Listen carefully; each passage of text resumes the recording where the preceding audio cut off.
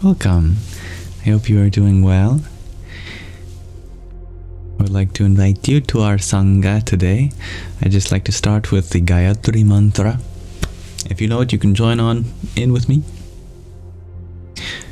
Om Bhur Bhuvasvaha Tat Saviturvarenyam Bhargo Devasya Dhimahi Dhiyo Yonah Prachodayat. Very ancient mantra, often used at the beginning of sanghas. So welcome. We are right at the beginning, and as such I'd love to set the intention while I have a moment before our first guests arrive. May this be a space in which people feel welcome to come and be themselves and express the deepest truths that we all have within our very own experience. May we confide in each other's experience. May we relate to it and uplift each other regardless of what we're going through, and share positive sentiments. Now thank you, dear John F., for the ice cream cone that you have sent, blessing us in our Sangha today. Thank you. That is very sweet of you. Literally. I hope you are doing well. You are one of the first here. Radhe, Radhe. I hope that all those who are joining are feeling as well as they can in this moment, regardless of how they may be feeling. I know that life is full of challenges, and it can be pretty exhausting just to have another day full of responsibilities and dealing with all the things in which we've done before. But you are all allowed to feel the way you are in this moment, and that is okay. Hello, dear Nick Monroe. Hello, Strawberry Star Bunny. Hello, Entrepreneurs Academy. You can relate with that. And hello, Anonymous. Hello, dear Rosie. Thank you for sharing, sending your blessings to everyone. Hello, Jacqueline. Hello, Anna. How are you all doing in this moment? Much love to you too, Anonymous.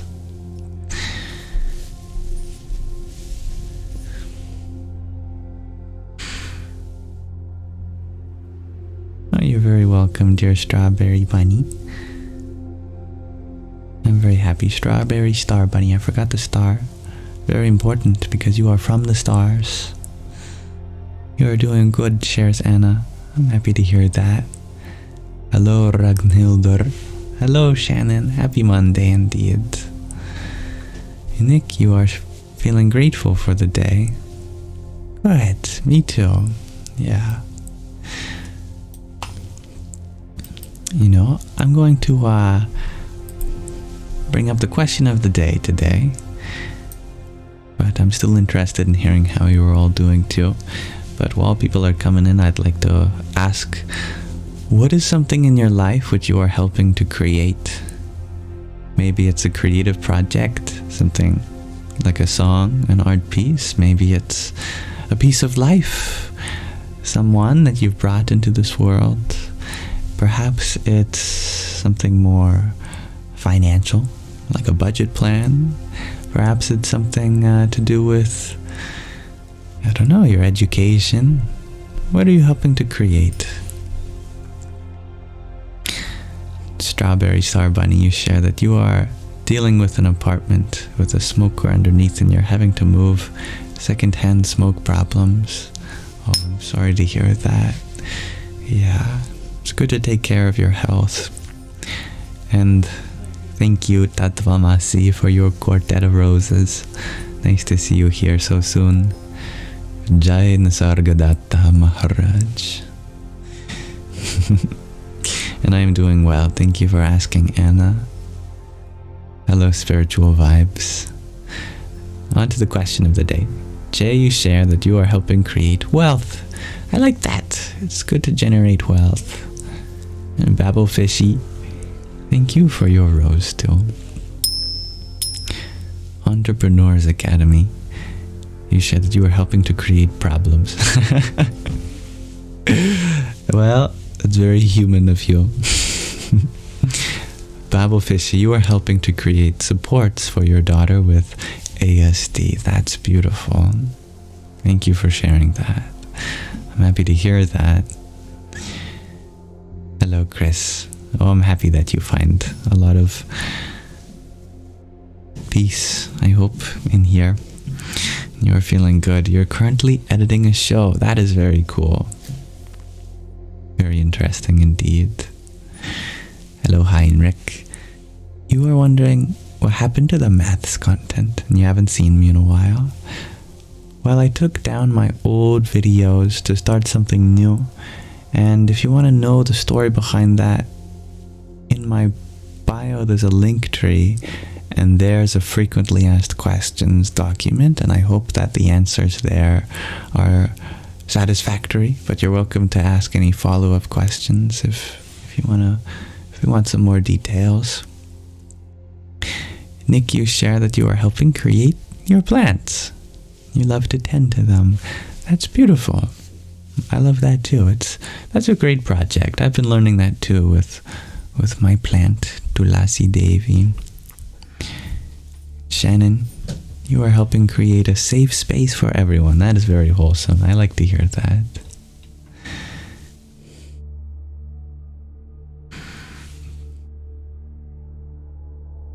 Strawberry Star Bunny, you're planning on creating a space for healing for others with Reiki. Some delays.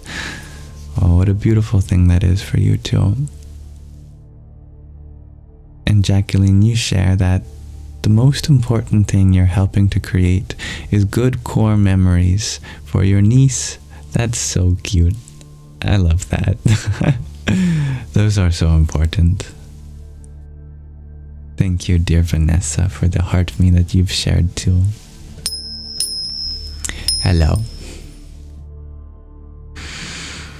Feline, you share painting.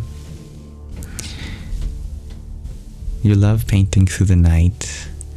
In your nightlife gives you inspiration. That's very fun. I like to hear that. And Tattvam Asi, you share that you're trying to create that space between yourself and the mind. Very important. Yes. Hello, Lace. Nice to see you again. And Garrett, you share that you're creating a better version of yourself every day so that you can give the world your best. I love that answer, Garrett. Thank you for sharing that, and thank you for doing the best that you can for yourself and for the world.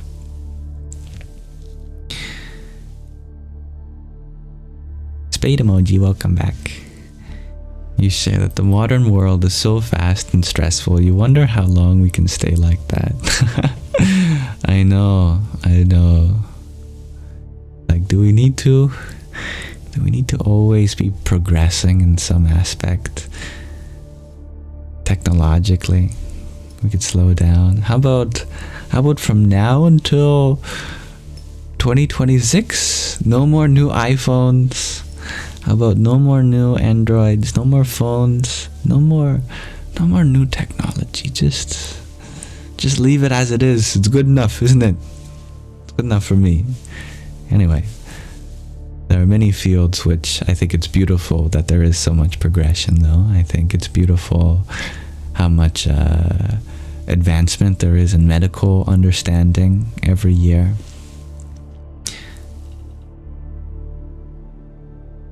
I think recently we made a big leap in our ability to effectively solve the protein folding problem, which is a big, difficult problem in the medical world.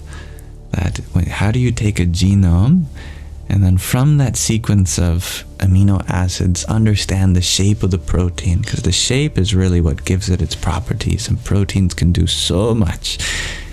They're used in innumerable ways. Recently, we made an advancement in our artificial intelligence to be able to almost 100% of the time correctly identify the general shape of a protein given its amino acid sequence, and that's going to do wonders for the medical world. I think that's one way in which the pace at which technology is going is a good thing for our health. For our health treatment, that is. But at the same time, all the other ways in which this world is going so fast, well, that puts a deficit on our health. Doesn't it? Thank you, Lace, for your trio of GGs that you sent. Hare Krishna. And John F., thank you for your friendship necklace and finger heart and a tiny yippee.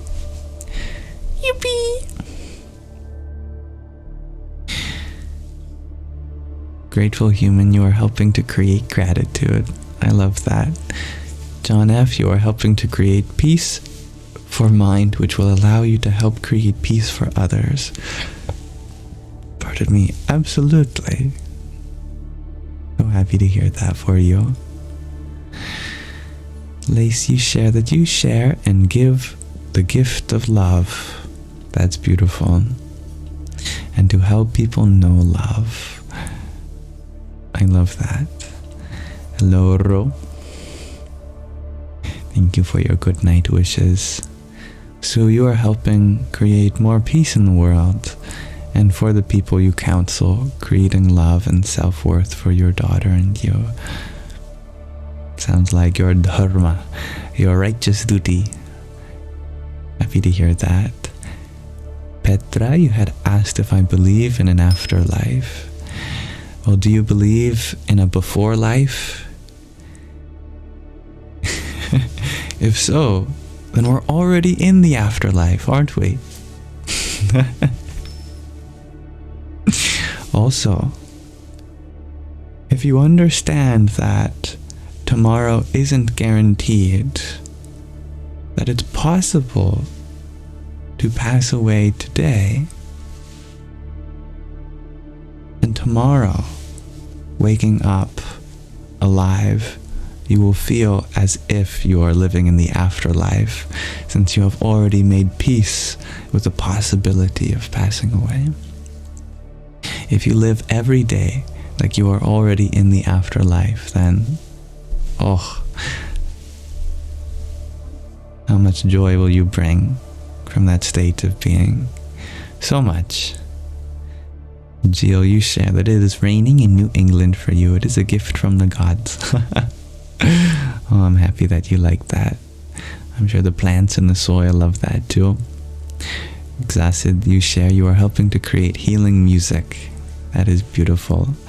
And hello, Nitro girls. Brandon, you share that you are helping to create a better way of being happy as things have been rough lately. That's understandable and very respectable. And hello, Michael Taylor. I have had a wonderful weekend, thank you. Hello, Socially Scared. It's nice to see you too. Your question today for me is how to stop comparing your journey to someone else's. Well, if you are supposed to be on their journey, then you would be them.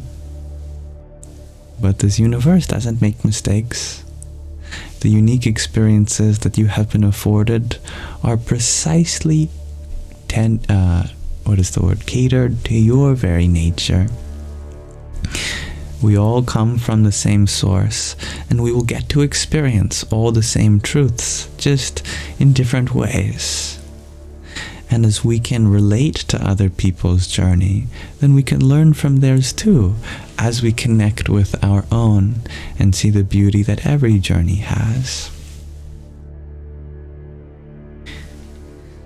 Nick, you are helping to create a better world, one soul at a time. And Tricks, you share, helping for peace and to make people feel safe and respected no matter what happens. I love that. I'm happy you like that response, Petra. Thank you for listening.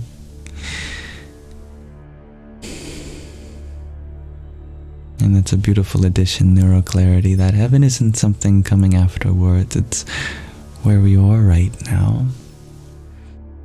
And it's our duty to help make that a reality for everyone. Laura, you are helping to create a life for your grandson. That's beautiful. Thank you for existing to Uxasid. I'm happy to be here with you. Nitro Girls, you had shared that you're really bummed this evening. You cancelled plans in the heat of the moment, but now regret it. It's okay. I am sure that no matter how you spend your evening, happiness is always a possibility. And whoever you cancelled plans with, if they are a true friend to you, I'm sure they'll understand, and there will be many more opportunities to connect with them. This is my wish for you. Thank you, Laurie, for your tiny tip. Yippee! I'm going to pause our question of the day there for now, but thank you for exploring it with me, everyone. I'm so happy to be amidst so many creators, so many helpers, so many facilitators in this universe. Good evening, Eric. Good evening, Laurie. Trix, you had asked, how do you know what your true nature is? An excellent question. One that will bother philosophers from now until forever. It is the ultimate question, when you really think about it. Knowing our true nature would be the missing piece of the puzzle. Now I'm going to answer your question with a paradox. That you know your true nature by the fact that you can never know your true nature. What I mean by that is, because we are all still searching to understand ourselves, that implies, and through inference, we can understand something, that our true nature must be infinite, because our senses are finite, and everything about ourselves seems to lead to just more and more possibilities. There's something inexhaustible in you, something that one could never fully understand, not just because we don't have the capability to with our finite minds, but because we are infinite in soul. That true consciousness is not something that can ever be known by itself because it is the knower.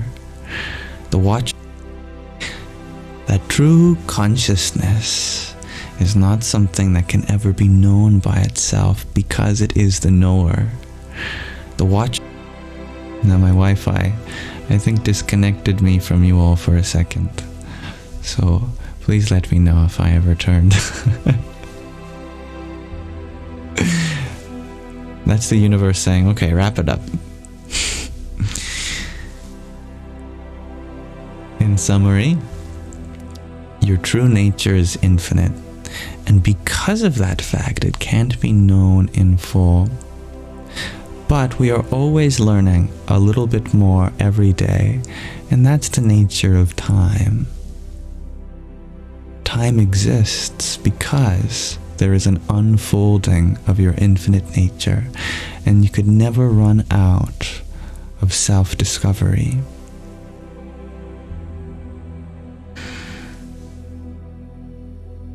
And thank you, dear Mehrazar, for your rose. And thank you, Rainbow, for your heart meat and cloud bread. Jai Sitaram. Hello, Bo. I know you come here often and say that, and I try to keep this live stream open to you in case one day you have a change of heart and wish to engage with positivity. So I'm going to give you another chance to engage sincerely here. I would like for your presence to be here, truly, because I believe that your experience is valuable and there's something inside you that's worth sharing.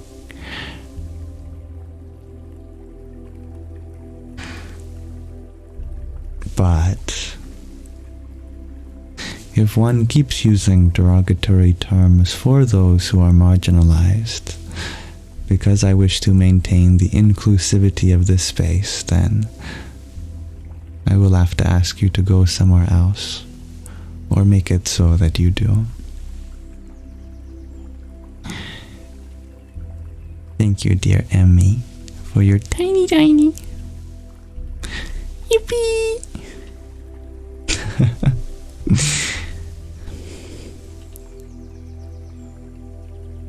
Now, Chi, you are wondering what my favorite sub is at Subway. I think the last time I went there, I had the Green Goddess, and that was really good. I liked that. I think it had smashed avocados. And Sue, thank you for your finger heart. Radhe, Radhe. Thank you for finding magic in me, Laurie. And thank you for finding beauty in that answer, Sue. I'm always looking for new ways to express our inner truths. Trix, your follow-up question is, so if that's the true nature, then how does that define us as human beings? That's a good question. Of the pair of words, human being, what I have just described is the being part. But our human nature is not infinite. It's the nature that we currently are expressing. And in a human body, that infinite source, and the same source that exists within all creatures, it comes out uniquely. In a human body, we're provided a unique opportunity to understand ourselves in more ways than any other body. Every life form has unique aspects to express, has their own dharma, their own righteous duty, has their own truth. But a human being is certainly special in that we can ask these questions and continue asking more and never get tired of this process of discovery.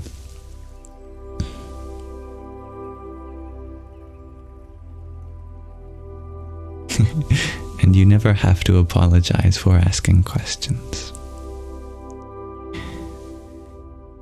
Thank you, dear Laurie, for the 10 roses that you sent to Om Dum Durgai Namaha. And John Simon, thank you for your heart me and quartet of roses. Radhe Radhe. And Usha, thank you for your 7 roses, dear. Om Namah Shakti Shabaya. Thank you, dear Vanessa, for the balloons you sent as well. Radhe Radhe. Tattvam Asi, you ask, how do you view or understand eternal now while you can see things changing every moment? It is the change itself that points to an eternity. Just as that change never ends, the present moment doesn't either. Because this moment is changing, always in new ways, without any hint of that change slowing down or stopping.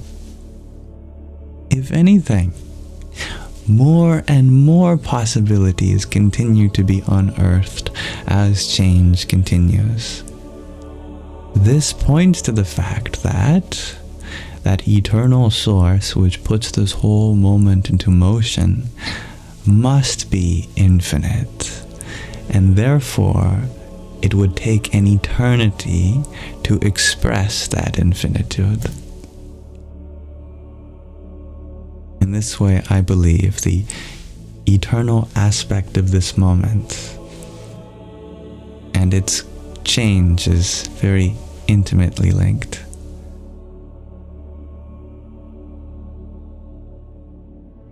And hello, dear Orla. Brandon, you ask, how do you sleep tonight in peace? You haven't been able to sleep in 5 days now.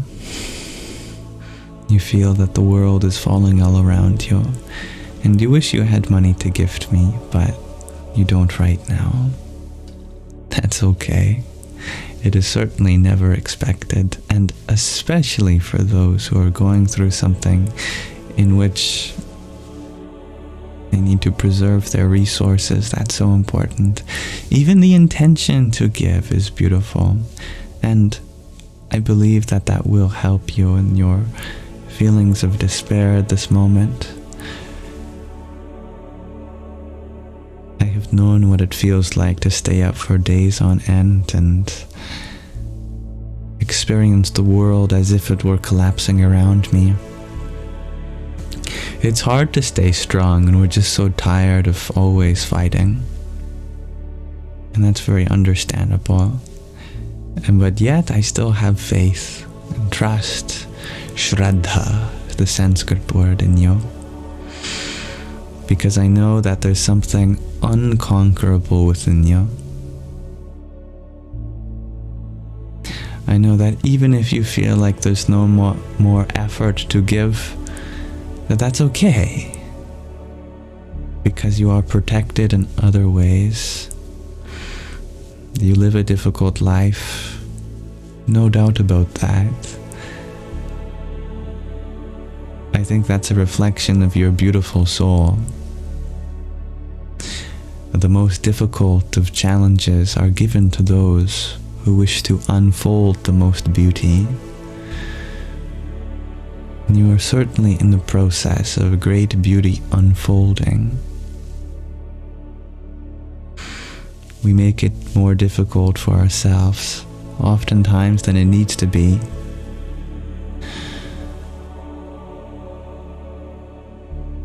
You're allowed to be where you are in life at this moment. Whatever is possible, it's made possible through your being. And so being where you are right now, all of the possible way forwards must accommodate your presence here. I think sometimes we fear that we've made a mistake that can never be rectified, but as long as our heart still beats, as long as our lungs are still breathing, as long as we still have the ability to be kind, it is clear that all the possibility within you is still there, and that you haven't been taken out of this existence. It is not like this universe loses track of its souls, and that those who aren't supposed to be here linger for longer than they should. If you are still here in this universe full of possibility, then anything is still possible for you, and you don't even have to believe in that, because it's just true. That's the nature of who you are, being full of possibility. We may feel shame, we may feel guilt, we may feel regret. And as long as we don't use those feelings to limit us, but instead open us to our potential, then no matter the hardship, no matter the pain that you're experiencing, you are still able to persevere.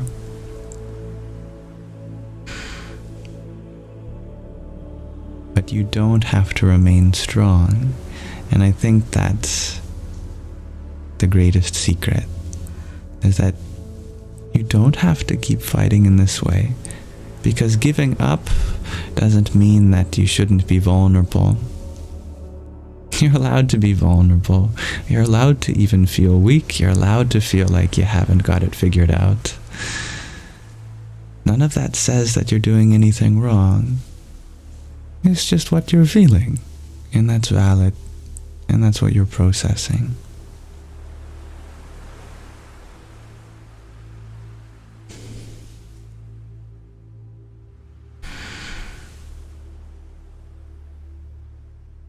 But my best wishes for you always, and thank you for listening. I hope I was able to understand and connect with that part of you which is tender, and so full of capability. You're not the only one feeling down today. Dean Dude, you are also feeling sad and ordered Taco Bell.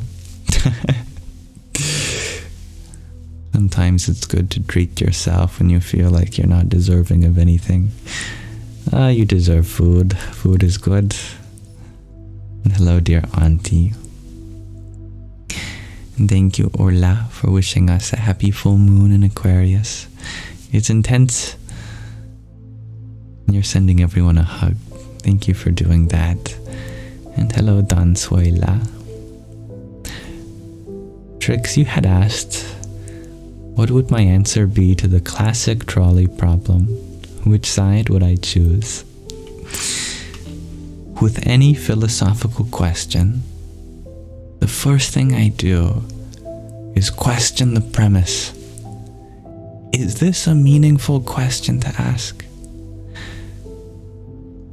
Not all questions, though syntactically correct, fully accommodate the principles of life. The trolley problem assumes that there's no third option. I've never seen a universe which is so black and white. I have never felt put in a position where I have to choose between one thing or another. I believe that always is there a compromise to be made, some middle ground, some middle way. In the case of the trolley problem, I imagine a lever, just like a light switch on the wall. There's an unstable equilibrium point where the light flickers on and off. So too, halfway through pulling the lever, could you not divert the train off the tracks in between these two groups of souls? Could we not enlist the help of someone else nearby or use something else in our environment? As it stands, the question points to a reality that is so specific and so limited that I would hardly call it a real question.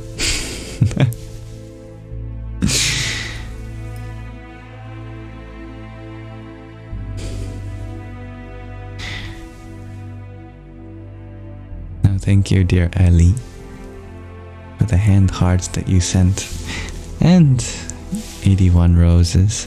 It's a good fourth power, isn't it? 3 to the 4. Thank you. A hypercube. In 4 dimensions, you could make a hypercube with 3 by 3 by 3 by 3. Thank you. Radhe, Radhe. Rachel, thank you for your rose too. Om Brahmhervaya Namo Namaha. G2 Infinity, you share that it's such a Libra response to the trolley query. Well, it is the sign of balance, isn't it?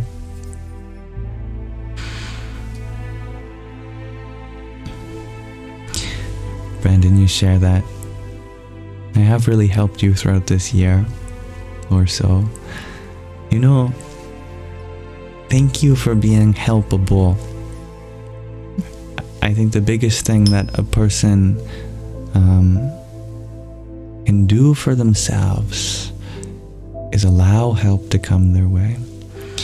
And I never expect any of my advice to be good enough to suit you, but the very fact that you're open to my limited experience, I think tells me everything I need to know in order to trust that you'll make it out okay. Because there is an openness to discover the way forward. And that's your greatest guiding light. Thank you, Stephanie, for the quartet of roses you sent too. And Nish, thank you for your heart me and cloud bread. Om Sum Saryaya Namaha. And Brandon, thank you for your 32 roses, your heart me, and your 97 roses. You told me you didn't have money. Here you are spending it on me. Well, please take care of yourself, your financial situation, but nonetheless, thank you. Hari Om Tat Sat. Hello, Dalen. Nice to see you, Claude DSL. But you had asked the classic question. If a tree falls and no one is there to hear it die, does it make a noise?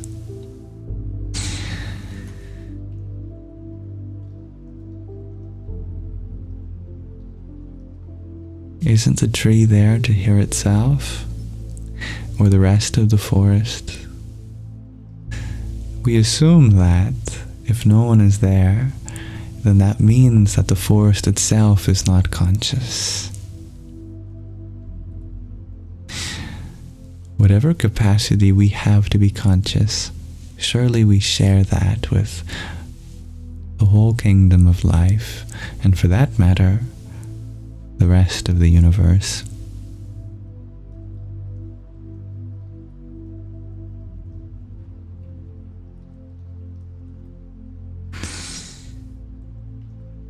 If you watch a tree grow in slow motion, or we're the ones watching it in slow motion, if you watch it in time lapse, it moves around, it interacts with its environment, it reaches over and touches other trees and then moves and directs itself towards the sunlight. Underground, its roots are squirming. So much communication happens between the root systems of the trees as it relates to the mycelium network. So much communication happens at levels that we're unaware of.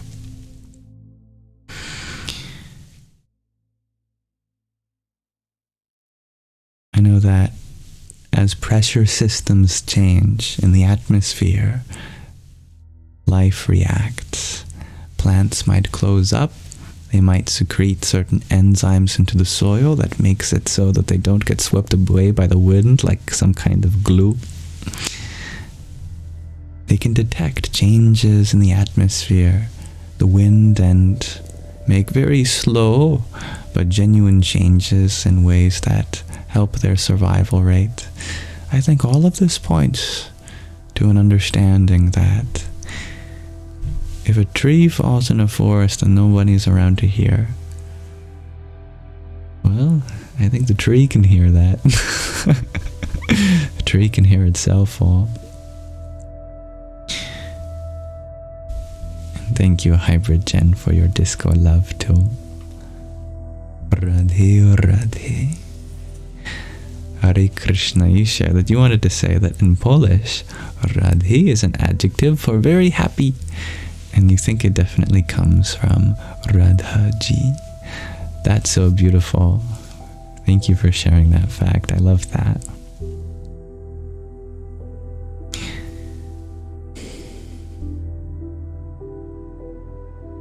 Thank you, Brandon. Oh, the greatest gift you could give me is being better yourself. That to me is all I could ask for. Anything more than that is unnecessary.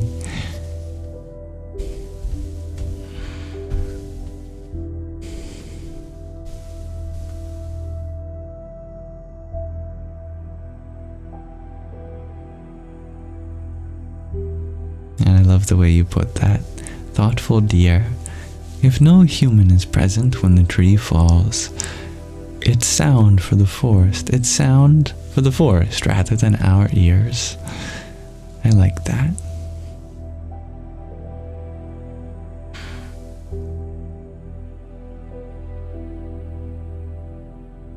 And Joe, you add that after all, that's all we can do, is try to be better than we were yesterday.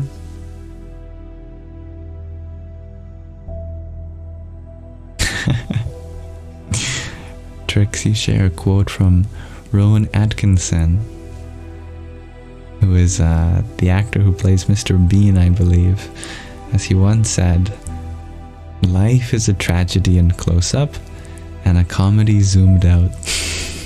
I think I remember hearing that interview where he said that too, thinking about it. That no comedy ever happens with the camera zoomed in on all the action. All the way back to those first comedians like Ed Hardy and Laurel, Charlie Chaplin. Oh, they're being goofballs, but from a distance. You know, from a distance, they're squirming around, causing a ruckus, getting themselves into trouble. It's so funny. But if you were in that moment, if you felt like what it was like to go through all that, oh, it'd definitely be a drama, wouldn't it? So too in our life,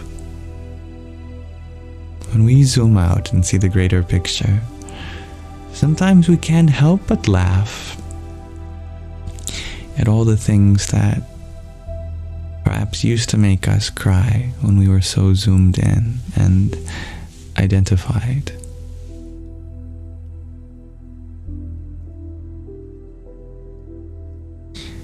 Now, Claude, you were wondering, what would I do if a tree fell upward instead of downwards? Well, I would sell all my stocks in the aviation industry, because clearly we've invented a new form of air travel, one that's very green.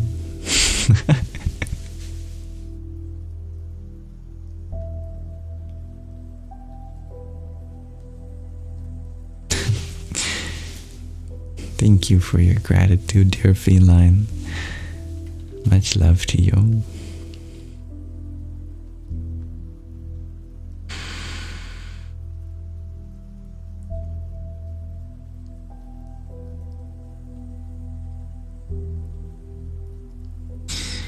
We can be so hard on ourselves for what we are supposed to do during the day. You know, even having another day is such a miracle.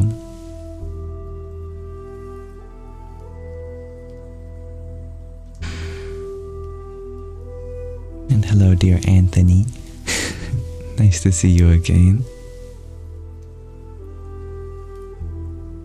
Trix, you are also wondering who my idol or hero is to me. My mom. My mom has been through so much, and yet she perseveres. My father has been through so much, and yet he perseveres. My sister has been through so much, and yet she perseveres. I'm very honored to have the family that I do. My mother, my father, my sister, they're such big inspirations for me. I find role model qualities in them, and I find role model qualities in everyone, because I believe that since we have all had an equally intense experience of life, just in different areas, it's in those areas that make our knowledge, our values unique. And because no one can live the same life, everyone has something to offer that someone else has yet to experience. So my goal is to become aware of that in each person. Even if someone is full of faults in other areas of life, if there's one thing I can learn from them, and that puts me in a position of being a student wherever I go, and that puts everyone in my life as a teacher for me. And I'm learning how to do that with more and more people, and that includes all of you too. Hybrid Jen, you shared that you are bracing and preparing yourself to go into a store with your kids who are wild. Wild is a good adjective. I remember the days in which my mother would be so anxious whether or not I'd throw a tantrum in a store or not. But it is just the nature of who I was as a baby, as a toddler, as a small child, and even as a young adult.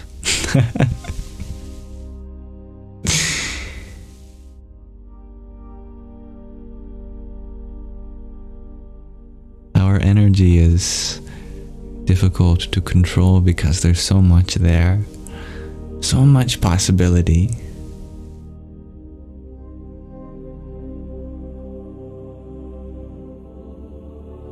And thank you, Hybrid Jen, for your disco love too. Radhe o Radhe. And Susan, thank you for your cloud breath. Om Namo Bhagavate Vasudevaya. I like that, Joe. So, positive and negative is energy. And we are that, what we create, we have to live with together. So let's be conscious of what we do and how we do it. That's what's going to change this world.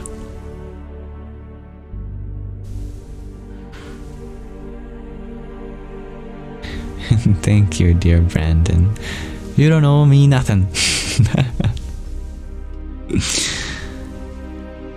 All the happiness within you is your very nature. But if you feel like I have helped in any way to remind oneself of the happiness within, then doing the same for others, we can continue carrying that torch. Thank you for being here, Butch. Thank you for having respect for me, Trix. I have much respect for you too. And your curiosity. Hybrid Jen, you share that you must really find stillness in the chaos. You focus on your hands, you stare at them. That can be a very grounding thing to do. It's helped me to just bring my awareness back to the body when it's carried away by the world. Any way in which we can bring our awareness closer to our inner nature. From what's going on outside this room to what's going on inside this room. From what's going on inside this room to what's going on with this body. From what's going on with this body to what's going on in our heart. What's going on in our heart to what's going on in our soul. Finding that place of center, we become still. The center is the only part of the wheel that doesn't move while it's spinning. The further you get to the outside of the wheel, the faster it's moving tangentially. The closer you get to the inner rim, or the axle, slower things move, and by the time you get to the exact center of the axle, theoretically there's no movement, even if the whole wheel is spinning. And that center is attached to everything around it.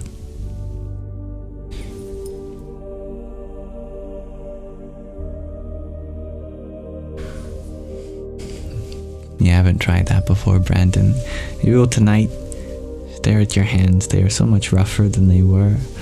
Well, we can admire all the work that's possible with them, all of the things we've been able to carry, all of the things we're able to give with them and hold on to and let go of. That's a good meditation.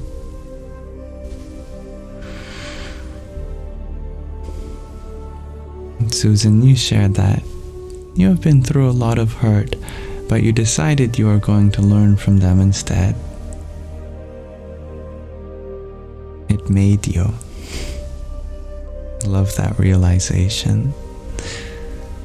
The more we can remember that what we go through doesn't destroy us, it creates us, then in every moment we can be building, we can be refining, we can be growing in some aspect.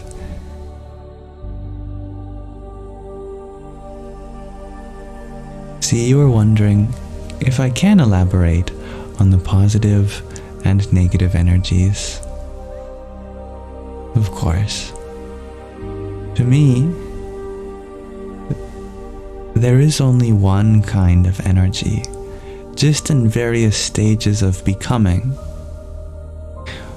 When that energy has become vibrantly expressive, when it has had lots of time to evolve and steady, we might call that positive. When that energy exists in a more latent form, where the potential has yet to be brought out, there's lots of uncertainty, there's lots of patience, waiting for that to finally arise, we might call that negative. But it's all the same energy, just at different stages of becoming, in a potential state or a blossomed state. And hello, dear JR. You still like beans? It's good. For example, let's say a person is experiencing loss. Maybe they've lost a loved one, and they're in a very negative state. They're very irritable, that they don't have a lot of kindness for others right now. They're grieving. That's a very latent state with high potential. What they're going through is giving them a seed. And they're learning how to take care of that seed because this experience is new for them. But with enough time, with enough energy, with enough awareness, something will blossom of that, and kindness will spring up, more patience and understanding, and trust in the flow of life in and out of this world. So that negative state soon becomes positive, given enough time, energy, given a space, given perhaps someone there to witness the beauty in them unfold, the love in their heart finally come out, and for them to feel whole. In that way, positive flows in the presence of the negative, because the negative is the very place which inspires positivity to come. In this way, I believe it's all one energy, all connected and related.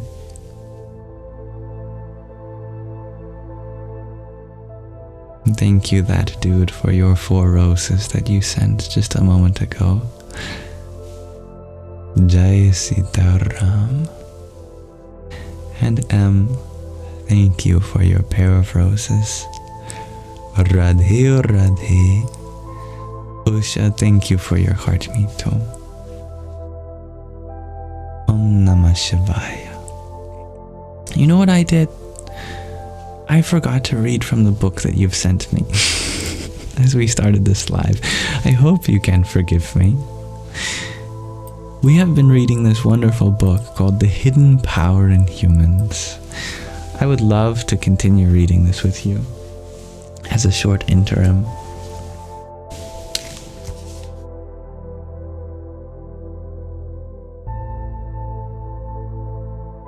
We've been reading about the Manipura Chakra.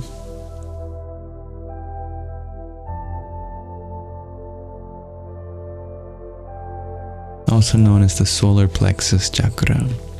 And we're just finishing up this chapter by discussing some exercises for the health of this energy center in the navel. There's lots of exercises, and I realized that just reading about exercises doesn't translate well into performing them. It'd be much easier if this were more like a textbook for you that you could crack open any time. But for posterity, I will read all the exercises for you, but don't feel overwhelmed by having to memorize them or anything like that. And besides, I always upload the recordings of these readings. So good question, Trix. Maybe I should answer this before we go into this. A chakra is an energy center in the body, a place of high conscious activity. Since our nervous system pervades our whole body, we use our whole body for conscious activity. Like we do a lot of thinking, a lot of logical thinking in our head, but a lot of emotional thinking in our heart, a lot of communicative thinking in our throat, a lot of self-preservative thinking in our tummy when we're hungry or when we're feeling like we're anxious. We get butterflies in our tummy. Anyway, people have mapped out in meditation where their awareness flows and where there are eddies and spirals. A chakra literally means a cycle, and in fact that's where we get the English word cycle, from the Sanskrit chakra to the ancient Greek chiklos, finally to cycle and cyclos in English. I think we ultimately get the word circle from chakra too. Alright.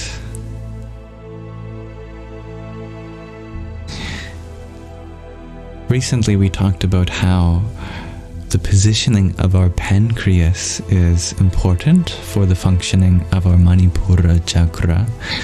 And one way to check if your pancreas is in the right spot is if you put your finger in your navel and you should feel a pulse, your own heartbeat at the center of your navel. If you feel that pulse to left or right or up or down, then that's a good sign that your pancreas itself might have shifted in your abdominal cavity. But there are genuine yogic techniques for centering the pancreas. So let's talk about those. What you can do is lie on your back and relax your abdomen. Now feel for the pulse beat in the region of your navel with your fingers. Normally, it is located directly beneath the navel, where the connection between the mother and the embryo existed in the womb. And through these techniques, symptoms previously described in this chapter can be improved, but they are not a replacement for medical diagnosis or therapy. And also, because of the fact that it relates to where we connected to our mothers in the womb, this is why pregnant women should concentrate carefully on the Manipura chakra. When the pulse is displaced, it can be centered again through the following methods. This particular exercise is to be carried out by two people. Lie relaxed on your back. If the so-called navel pulse has shifted to the left, then have your partner give a few short tugs to your right leg. After this, the pulse is frequently found to be in the center of the navel again. If the pulse beat is perceptible to the right of the navel, then the left leg should be tugged. An alternate practice that you can perform alone is if the pulse has shifted to the left, then raise the right leg and firmly kick in the air a few times. But if the pulse is felt on the right side, then perform the same movement with the left leg.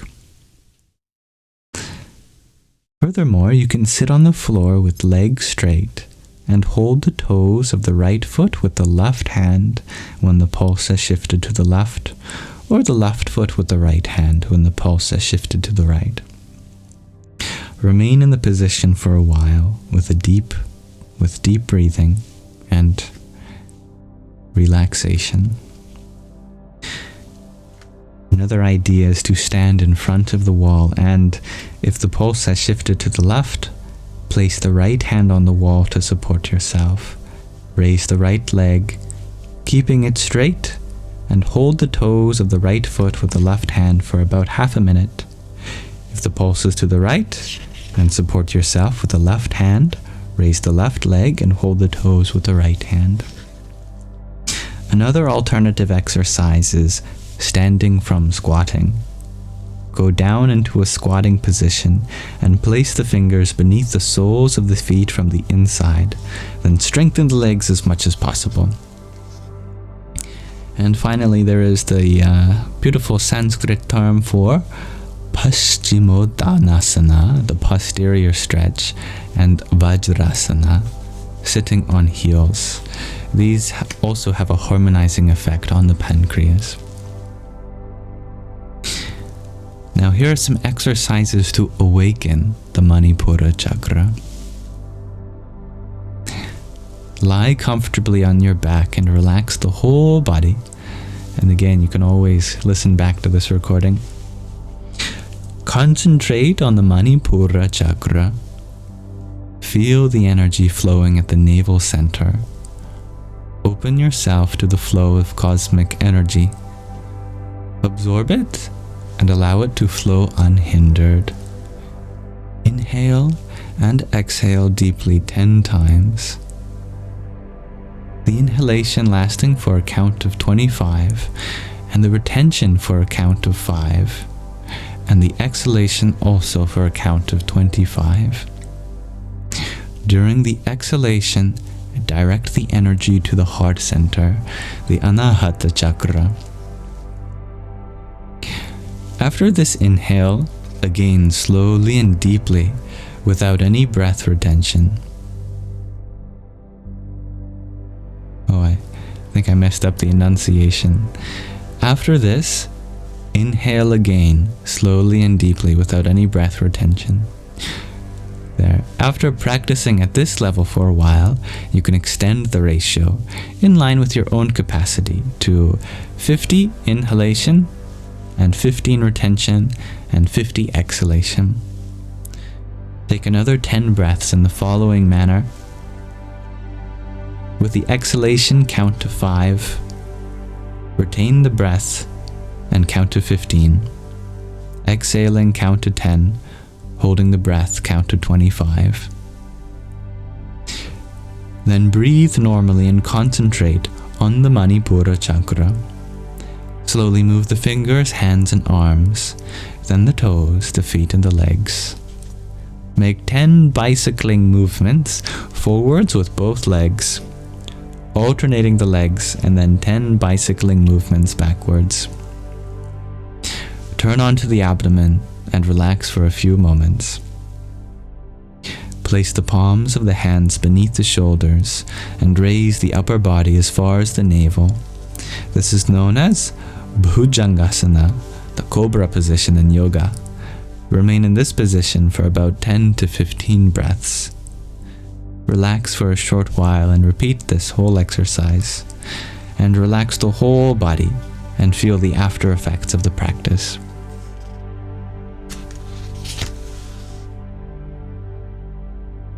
Some further exercises for the activation of the Manipura Chakra include singing Om.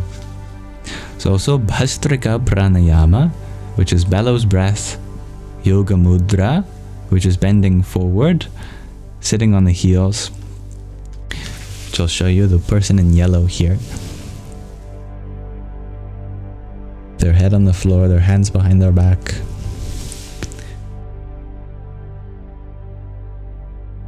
the Ashwini Mudra without any illustration, and the Uddiyana Bandha, or the Uddiyana Bandha, with the aspiration on the wrong syllable, which is the second one. Person with their shirt off there, with their arms on their legs and their gut tucked in. And the Mahabandha, number 3, which is an illustration. That person with their shirt off again, with their chin tucked towards their chest and their gut tucked in as well. There's also some exercises to boost self-confidence. What we can do for that regard, since this is intimately tied to this chakra, we can relax the whole body and direct your attention to the breath. Observe the movement of the abdomen with the inhalation and exhalation. How the navel moves outwards with the inhalation and inwards again with the exhalation. Feel the flow of the breath between the throat and the navel.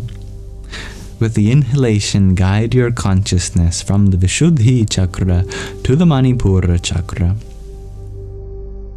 And with the exhalation from the Manipura Chakra to the Vishuddhi Chakra. I believe that's the throat center. After concentrating on the breath for a while, the stream of consciousness gradually reverses.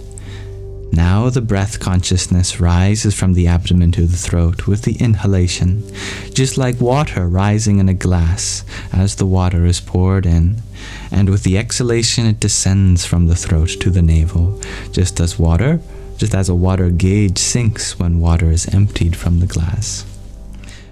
Practice this concentration on the breath for 5 to 10 minutes daily. The best time is during the relaxation before or after practicing asanas, yoga postures. Through this, the Manipura Chakra is activated. Energy blockages are removed and the flow of energy between the Manipura, Anahata and Vishuddhi Chakras, the navel, heart and throat centers, is harmonized. And a final note ending this chapter. As a meditation practice for overcoming negative qualities, you can visualize sitting at a campfire. You are sitting at this campfire and observing yourself as an independent witness. Now throw all those negative qualities, thoughts, complexes, feelings that inhibit, obstruct, or hurt you into the fire in the form of small pieces of wood. As an observer, see yourself carrying out this activity. Also watch how the wood slowly burns to ash. This creates within you a feeling of satisfaction, relief, and freedom. And with that, we end our reading of the Manipura Chakra. So, as I said, this being an information dump on exercises, you're welcome to listen back to any part of this recording, as I always upload it. So thank you for listening.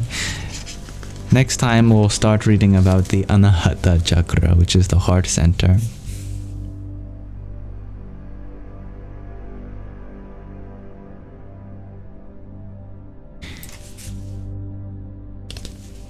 Thank you for listening, Justin.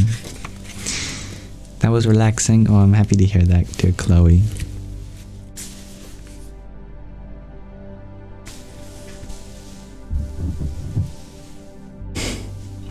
And that is right. Hare Krishna. Yam is the seed mantra for the heart. That means every time someone calls me by my name, oh, my heart responds. Unless I'm angry.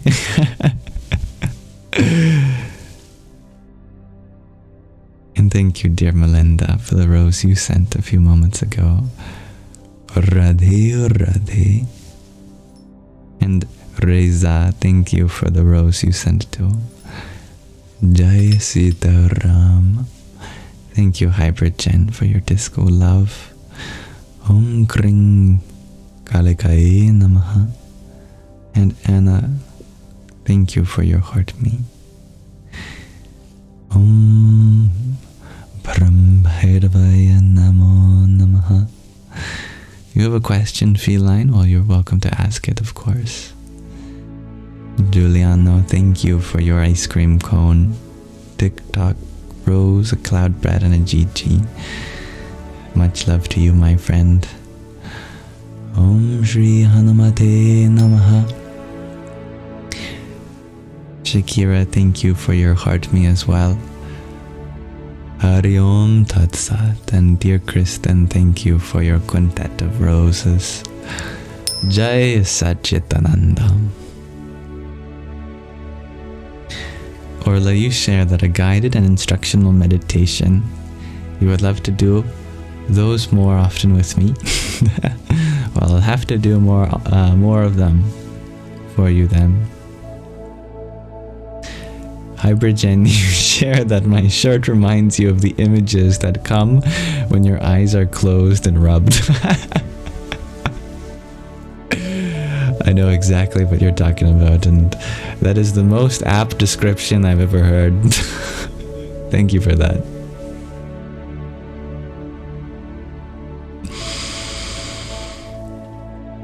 Claudia, so you don't think I ever get angry? It is rare. It is rare, I must admit, but I am only human. I experience all the same emotions. But in my life, there have been times where I've gotten angry and hurt people, and I always think of that.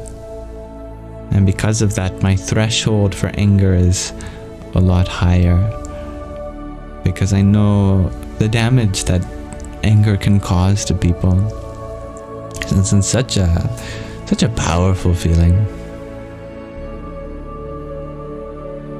Thank you, dear Michelle, for your friendship necklace. Nice to see you here. Radhe Radhe. Clarinia, you share that there are kisses for me to send to your friend Clay from Brazil. As you and him are such fans of me, well, thank you. All of my love is on its way to you. Might get there in 5 to 10 business seconds.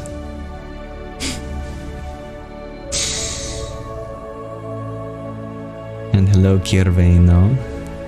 I am well, thank you for asking. Those are kitties on my handkerchief.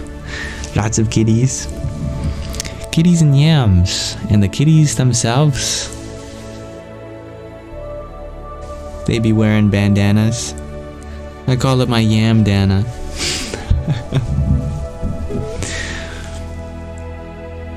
Alright, Feline, your question is what I think of people who are psychic or clairvoyant. What you describe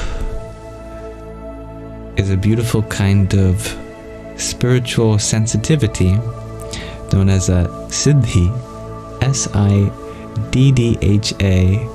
in Sanskrit. Siddhis will naturally arise as one progresses on the spiritual path.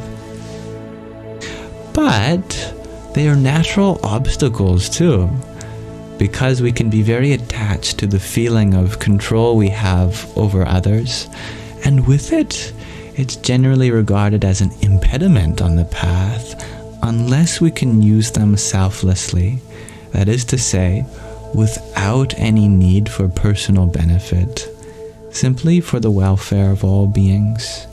But you will find that as you progress on the spiritual path, you will become more and more in tune with the thoughts and feelings of those around you.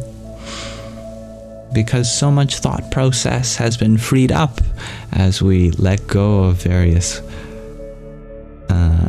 ways in which our mind used to be occupied.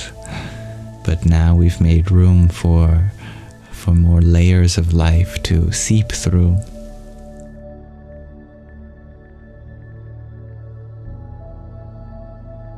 I hope that makes sense.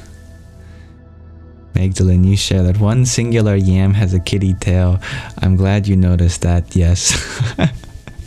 And in fact, I got cut off, but there was one kitty that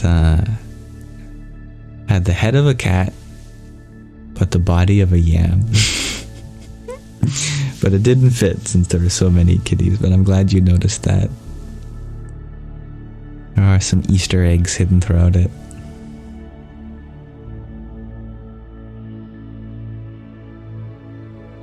Michelle, you share that the sensitivity isn't fun when you hear or feel people speaking or thinking unkind about you. Indeed. And that's why it's so important to always look for the positive and give the benefit of the doubt. That we become sensitive, most importantly, to the possibilities that exist in others, rather than the ways in which they are limited. That way we constantly surround ourselves with the goodness in others, first and foremost.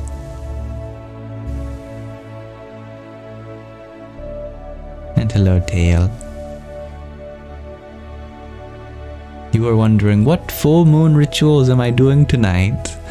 Well, I will probably, if the moon is out for me, I don't know if it is where I live, I will acknowledge it and be reminded of all the spiritual symbolism in the moon. The moon represents the manas, and the sun represents the chitta. These are two parts of the antahkaran, the inner senses. Spiritually, there are four faculties of our inner cognition, known as our four antahkarans, or just our antahkaran in general. The manas is our mind, which represents the moon. Above that is the buddhi, the intellect, the ahankara, the ego, and the chitta, the consciousness.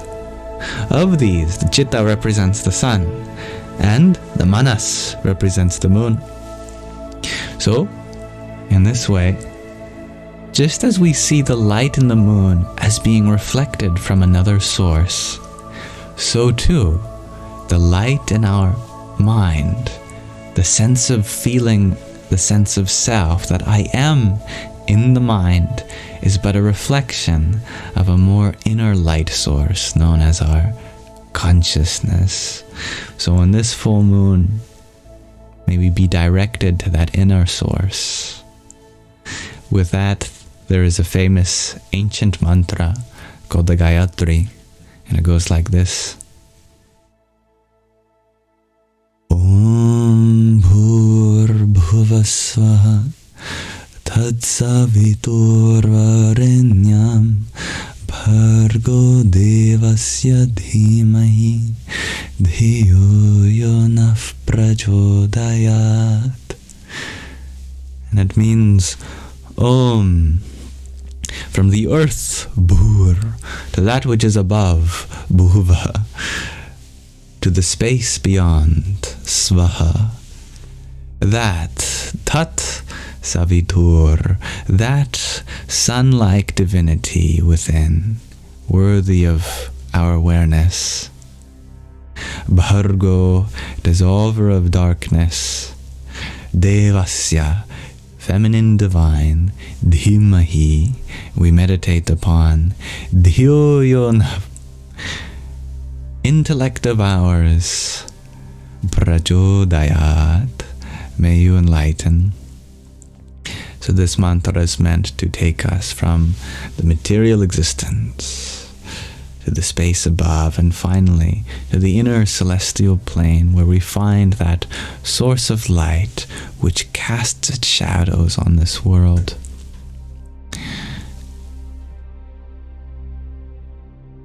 To the reflection of one's mind. And that is what the moon means. Symbolically. Thank you, dear Hybrid Chin, for your rosa and your trio of applauses too. I have some claps for you. There you are. Hari Om Tat Sat. Feline, you share that you don't know if you've seen my question. Well, I did answer it because you asked a question about spiritual powers, about clairvoyance and being sensitive to people's thoughts, being psychic. And I will answer again that these sensitivities naturally arise on the spiritual path, no matter who you are. They all have seeds that exist within, and they will blossom given enough sadhana, enough of a spiritual practice. And we have to be careful only to use them for good, to not identify with them and feel like we are more powerful than anyone else, that we use them only to be able to empathize, to connect with people, that we don't use them for self-profit. We use these abilities for free, and we give them freely for anyone who could benefit from this kind of experience. That is what is referred to in the Shastras, in the scriptures, on siddhis, on spiritual powers. And that is right, Dariana. Om Tat Sat, I did say that.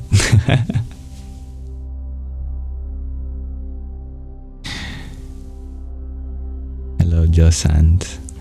You share that you've been watching the YouTubes at work because it's easier. Oh, that's understandable. I'm happy that you have been finding the recordings very helpful. I trust that your work is fruitful, as it is productive and meaningful.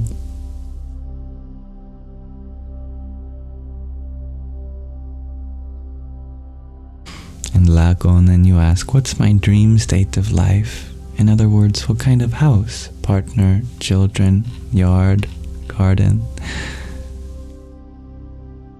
This moment. If I dream about anything beyond this moment, then how can I fully appreciate what I have now? And whatever I have in the next moment, whatever I have tomorrow or next week, if I have anything at all, I will be grateful. When tomorrow isn't guaranteed, I have to see this as my dream. In this way, the nature of my life right now is all that I'm working towards, bringing out the potential that exists here, all the ways I can make do with what I've got.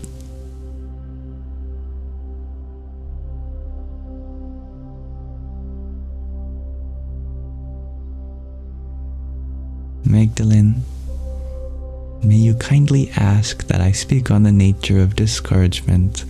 Of course, it's been heavy on your heart lately.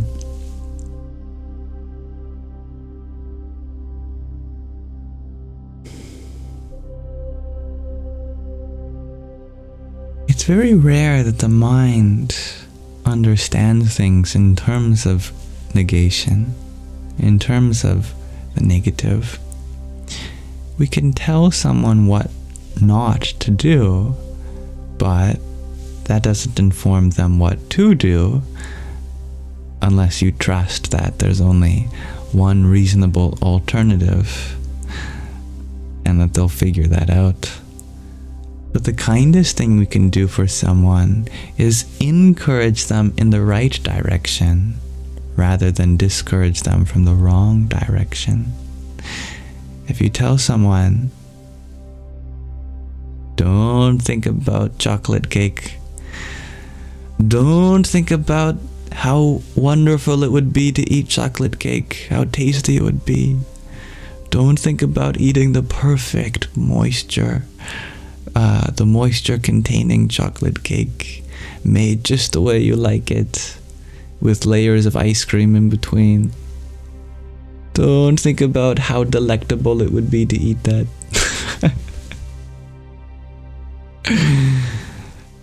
Now all of you are thinking about chocolate cakes. And all I've done is tell you the opposite of that, to tell you not to do that.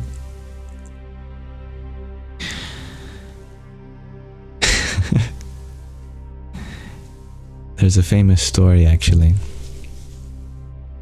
There's this student who went to their guru, and it was said that their guru knew the mantra that would bring enlightenment. Just by chanting this mantra, they'd get enlightenment. So they begged this guru for days. I'll give you a very short version of the story. The guru finally gave the mantra, and the mantra, I'll reveal it to you now. The mantra that gives enlightenment is Om. Just like that. Om. But there's one qualification, otherwise it doesn't work. This mantra will only bring enlightenment if while chanting it, you don't think of a single monkey. If a single monkey comes into your mind while chanting Om, enlightenment won't happen. So no monkeys. Absolutely none. Or you'll never be enlightened. So the disciple was very thankful. Oh, thank you, Guruji. You've given me the mantra for my enlightenment. I will go and meditate on it. And you can guess what happened. Everywhere he went, he was thinking of monkeys. While chanting Om, no thinking of monkeys. Oh, I was thinking of monkeys. I was thinking about monkeys. I could go for a banana. Like a monkey. Oh, I'm thinking about monkeys. In this way, you tell someone what not to do. That's exactly what's going to be in their mind. It's much better to tell someone what to do. It's much better to encourage them in the right direction. To speak in terms of the positive. That is to say, to give them an alternative. So the guru could have said, I want you to think of light. Imagine light. Imagine a ball of light inside you while you do Om. That would be sufficient, wouldn't it? The criteria would still be checked off. Because as long as you're thinking about light, and you don't have to worry about monkeys. The guru doesn't even have to mention monkey.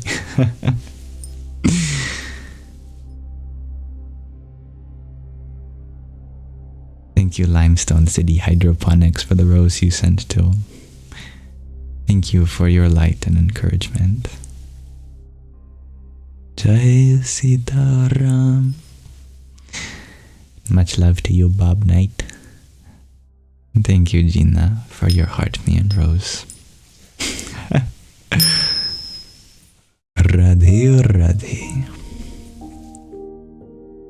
Lakonen, you're wondering, don't I have some desires? How about what are the top 3 things I'm most grateful for at the moment? I like that question more, and of course, I still have desires. What are some things that I'm grateful for in this moment? Well, in this moment, I'm grateful for you. I'm grateful for your questions and for your curiosity. I'm grateful that I have the ability to be here with you too. And I'm grateful that we share this space together. Those are the top 3 things right now. The subject, the object, and the space that relates them both.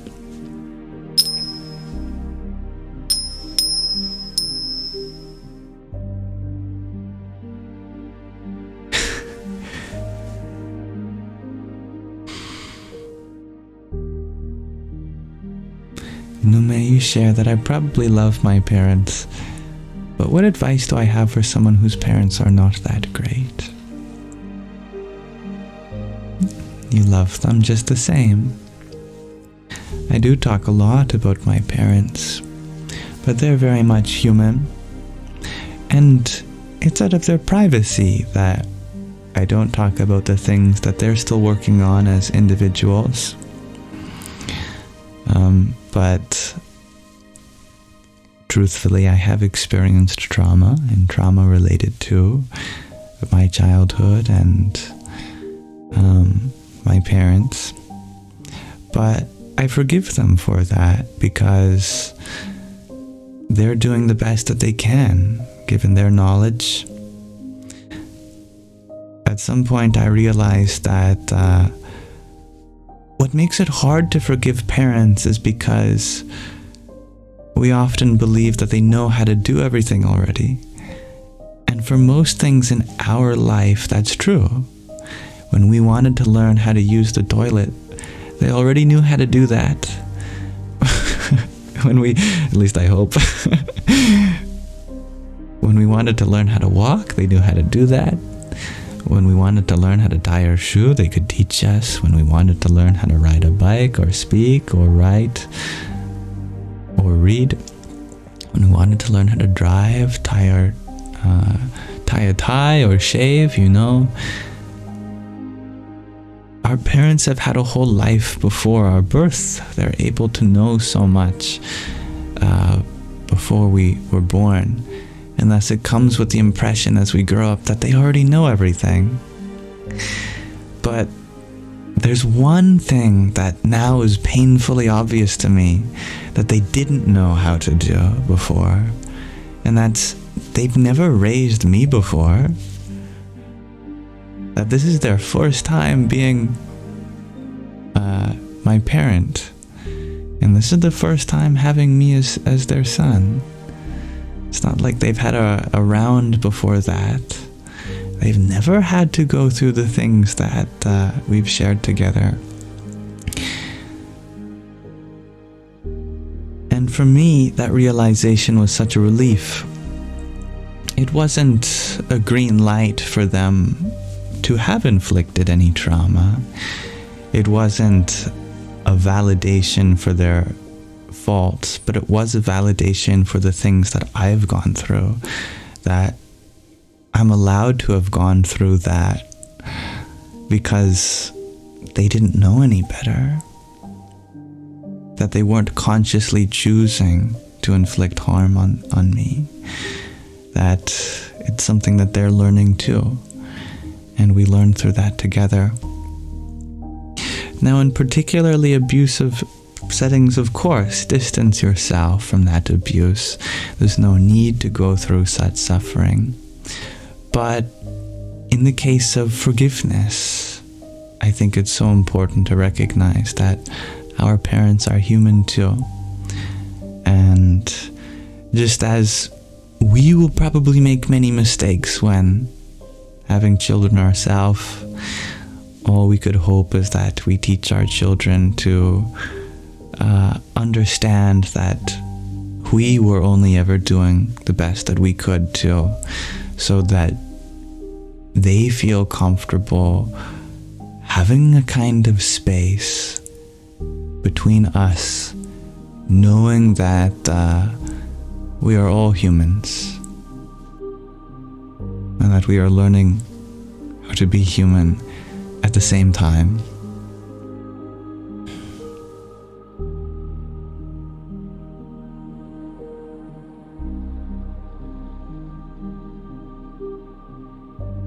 And thank you, Amy, for the cloud bread and pair of roses that you shared.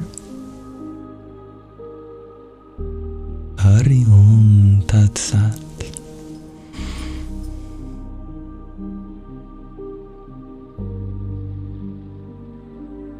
I am sorry if that realization isn't a relief.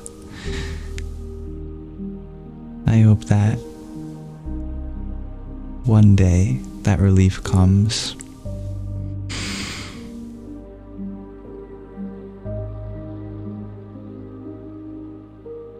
And thank you, Kelly, for the heart me you've shared too. Radhe Radhe. And Riyanan, thank you for your quartet of roses.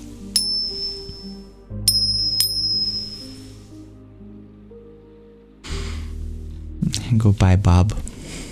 Thanks for hanging out. Lagonan, you share that parents' knowledge was a kind of absolute truth. And how old was I when I noticed that it's their only view? I think I was asking my mother math questions. And there was a math question that she couldn't answer. I was so amazed. I'd say, what's 1,000,000 plus 103? And she'd say, well, it's 1,000,103. And I'd say, wow, you did that so fast. You are so smart, you know everything. And so I'd do even bigger numbers. I'd say, what's 526,312 times 4,692,045? And then she'd go, I don't know. And I was surprised. Really, you don't know? You've answered all the other questions until now. Something my mom doesn't know. Hello, Kiki. Nice to see you too. Everything is good.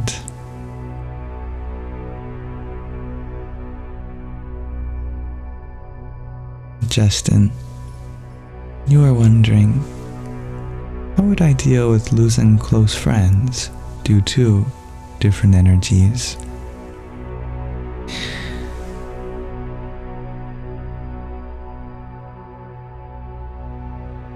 This is something I've certainly experienced.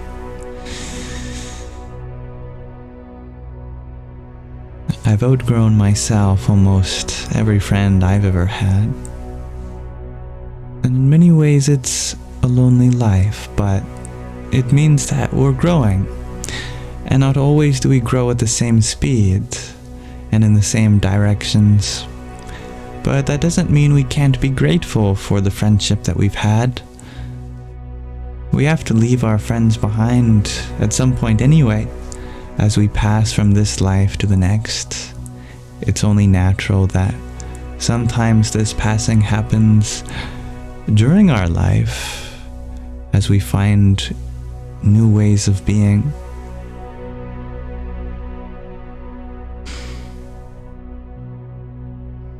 It's okay to grow. And it's okay to have friends that grow in different ways than you. And like losing anyone in your life, it doesn't invalidate the friendship that you had. It was still valuable and meaningful for the time. And you'll get to experience that same love, just expressed in a different way.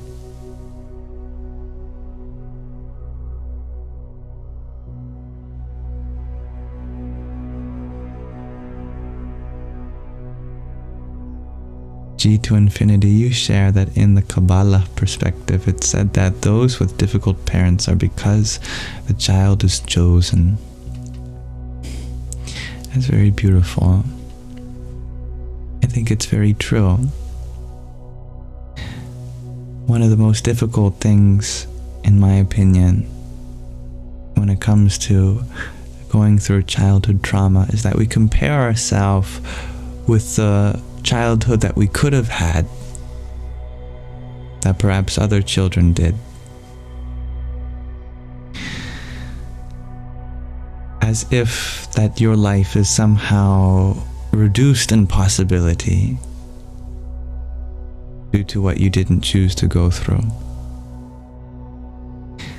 But the lives of those individuals that go through such deep and raw experiences, they can blossom in ways that those who live in comfort could never dream of, because they experience such raw, authentic, deep aspects of life.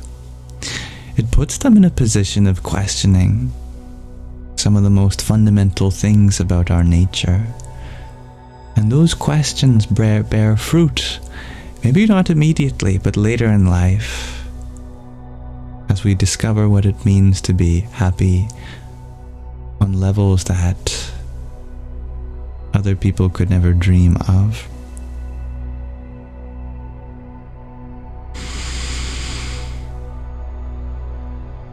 And Cat Stevens, you disagree, sharing that a difficult childhood is because the parents refuse to grow, and you're also right with that. I hope that the perspective that I share, that others shared, aren't in a way that invalidates yours. I think we all can be right. And the way you are right is so important, because it's not to take the blame away from the parents at all, because absolutely they have a responsibility. And we should fight for the welfare of all beings, especially those who are vulnerable. And one of the most important ways we can do so is by being kind parents. Parents full of love and trust, full of forgiveness themselves, full of understanding that the life that they're raising is very precious and there's very little room for error. At the same time, we can empower those that have gone through such experiences, because it often leads to much spiritual discovery in later life. Those who go through such experiences, they can grow up to become the most empathetic beings, because during difficult upbringings, they had to adapt in order to have some solid sense of self at all when it wasn't provided for at home. Because of that, they may have gained very beautiful perceptions, like the ability to be sensitive to the emotions of their caregivers, and by extension, to everyone in their life. At the time, it was a survival mechanism, but it later becomes a spiritual ability to be able to empathize with people just from seeing how they are, from being sensitive enough to relate in what they're going through, even when words are not spoken.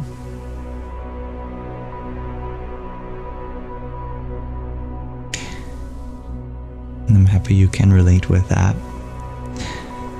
And when the healing process is underway to dissolve the suffering that's associated with that ability, then that ability blossoms into such a vibrant part of life.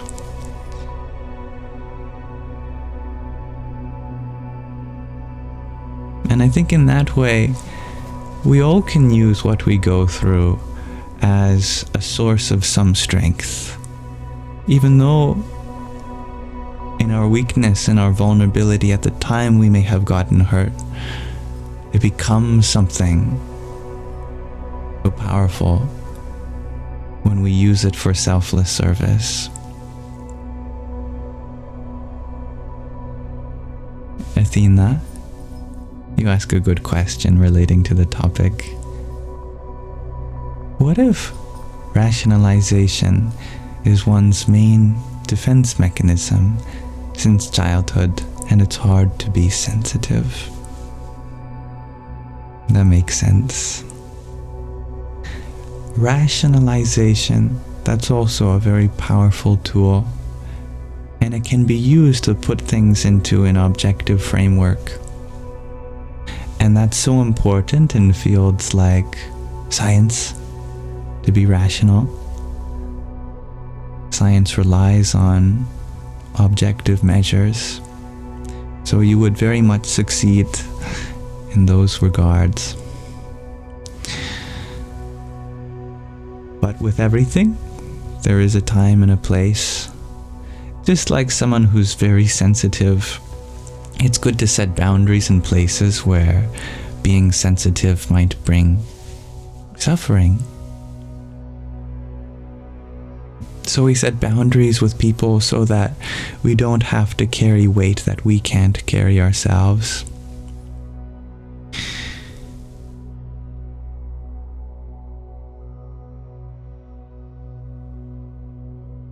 Similarly, there is time and a place to be rational too.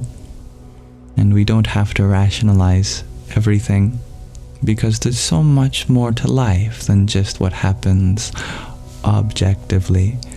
There is also our subjective experience, and that's just as important. When we are feeling some emotion, Sometimes rationality can overwhelm us because we overanalyze ourselves and then question if and how we should feel this way and why. Sometimes dropping this rationality can bring in a place or a space of acceptance of our feelings, that we let them be without trying to find a reason, because you don't need a reason to be who you are in this moment. You don't need a reason to be sad or happy or afraid or angry, because these feelings can arise in ways that are beyond what reasoning can point to.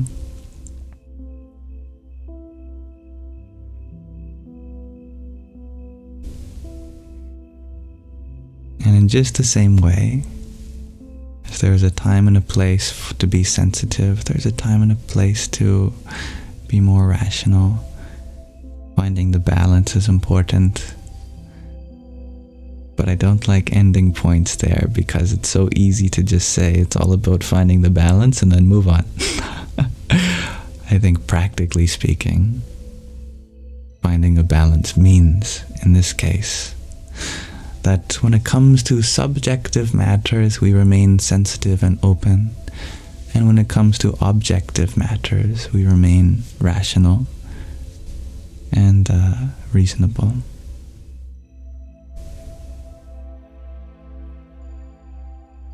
Thank you, dear Bobby, for your heart meeto. Hari Om Tat Sat. And Roxy, thank you for your heart meet. Hare Krishna. And Mahina, thank you for your half a dozen roses.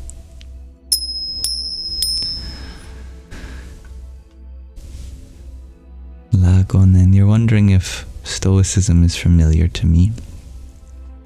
Actually, I am not that familiar with Stoicism, but my father is in the midst of listening to many Stoic philosophical lectures and stuff, and he has been using it as a way to cope with the separation between him and my mother, and I'm very happy for him that he's looking for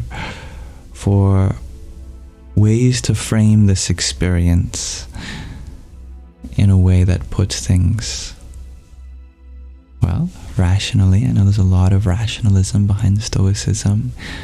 A way that puts things into perspective in another way, beyond our own subjective experience.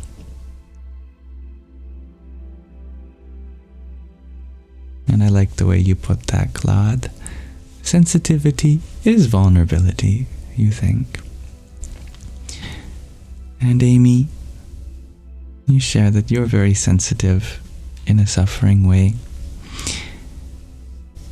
That's understandable. It's easy to be overwhelmed by all of our senses. You're allowed to feel that way. And you're empowered to set boundaries with places that are not your responsibility to bear the weight of. And as we open up on the spiritual path, we become more and more sensitive to suffering. This is something I would like everyone to be aware of, that it's not to say that we necessarily suffer less on the spiritual path. We just become easier stress managers. We become more understanding of suffering, more empathetic and accepting of its nature. And if anything, we become more sensitive to the suffering that exists within us, around us too. And that's okay, because no amount of that is going to take you away from your possibilities, your potential. In fact, we spend so much energy trying to shut out the existence of suffering that we deny so many experiences that are valuable.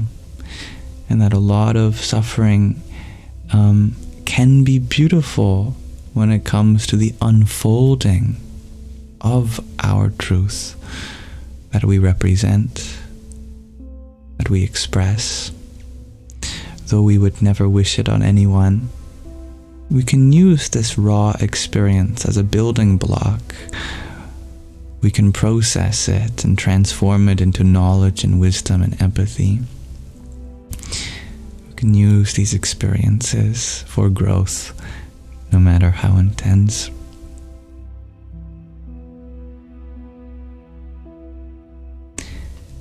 And Athena, you asked, what if you're very empathetic cognitively and can easily understand someone, but not sympathetic or compassionate, meaning you don't feel someone's pain, but you understand it?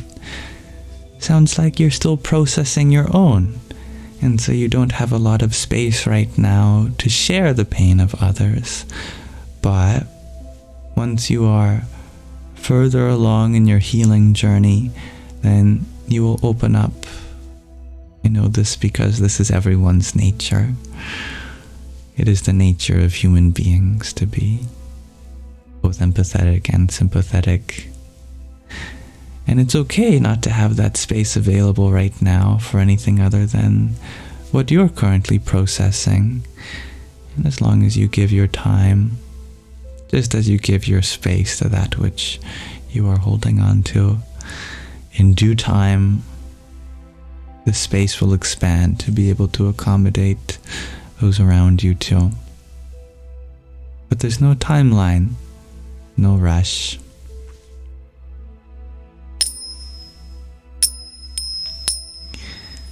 Thank you, Holly, for your subscription. I'm so happy to have you here, and I look forward for our continued journey. Please enjoy the sticker pack that comes with it. Hare Krishna. Now, Silver Jean, you finally figured out your question. Oh, good. When you meditate, is it bad that you start laughing and can't stop? That's beautiful. I love that that happened for you. That's very unique.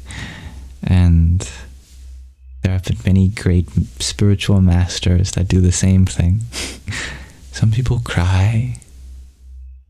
Some people weep. Some people are stoic. Some people fall asleep. Some people laugh. And all of that is a genuine expression of what you're experiencing in that moment.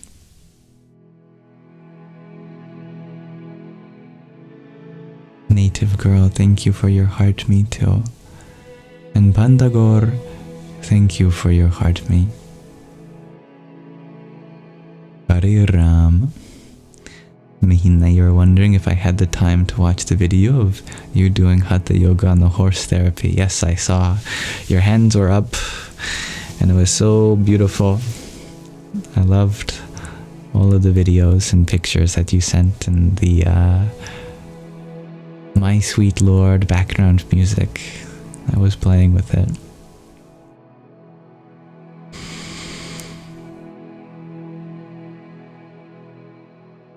Kat, you had asked, does suffering ever stop?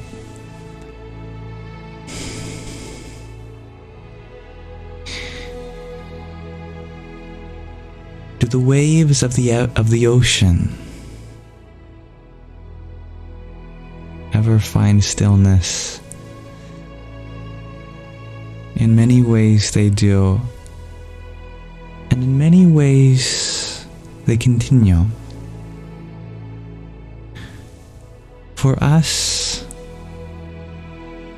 as we become more and more ready to embrace the facts of life, suffering becomes easier to experience, but I wouldn't say that it ever goes away.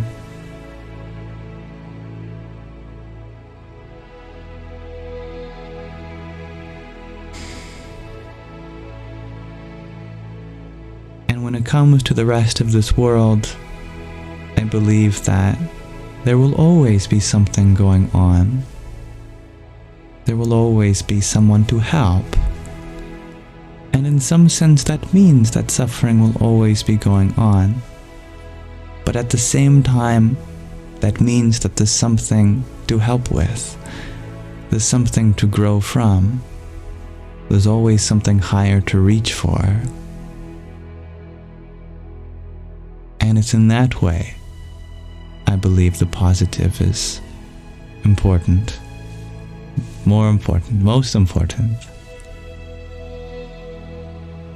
This aspect, that wherever there is suffering, there is potential for healing, for love, for growth.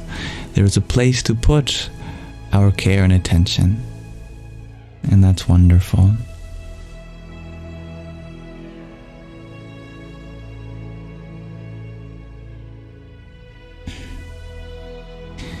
I am sorry that it feels like I am fake today, Aris. How are you feeling? Today I am trying to be extra comforting with my words, since I know that a lot of people are going through something right now. Maybe you are going through something too at this time, and that's okay.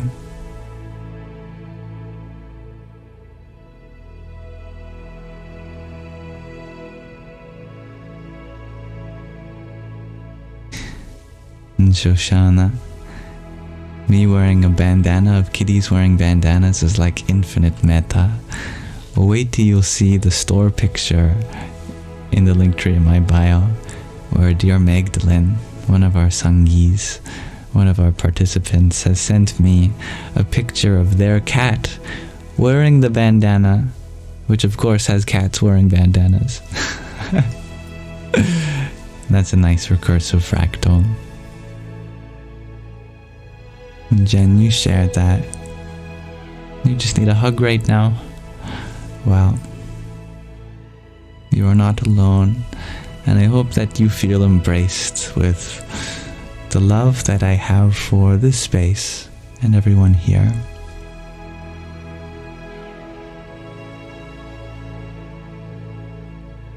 And thank you, Inevitable, for your trio of roses too. Jai Sitaram.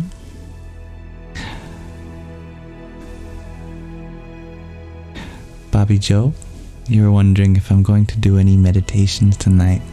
I think that would be a great way to end our Sangha later.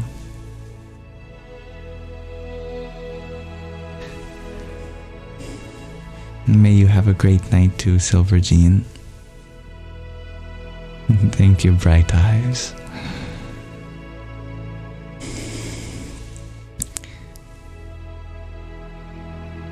Lagonan, you shared that a few years ago you tried meditating to see if you could think nothing, and a friend said it's normal to be able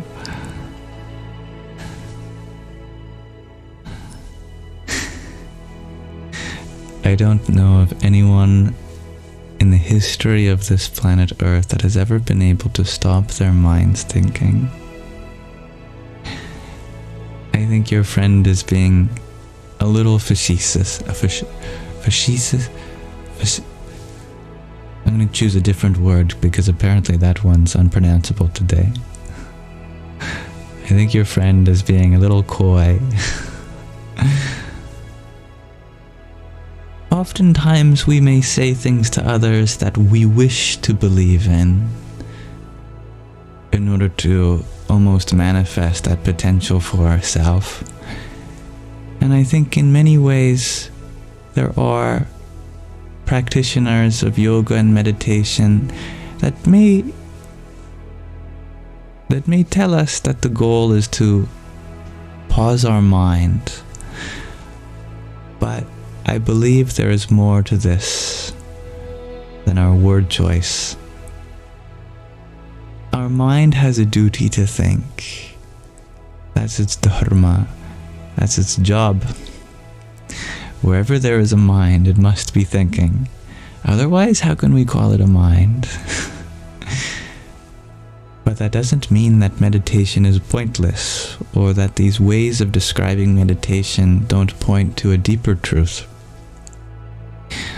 I believe it is possible to go beyond thought.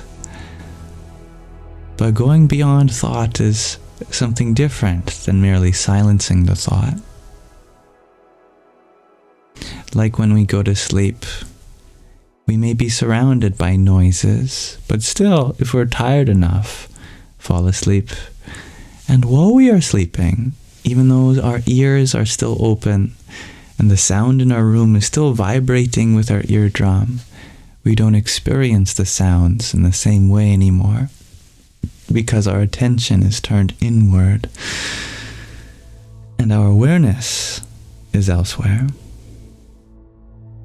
In meditation, we can bring our awareness beyond thought. And it may seem as though the mind stops thinking.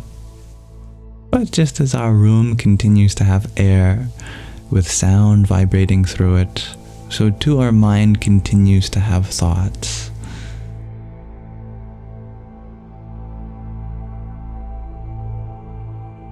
And thank you, Rhiannon, for your quartet of tiny tinies as well. Yippee! And thank you for asking, Athena. I am feeling happy and healthy. Thank you. How are you feeling? And spiritual vibes, thank you for your heart me. Hari Om Tat Sat.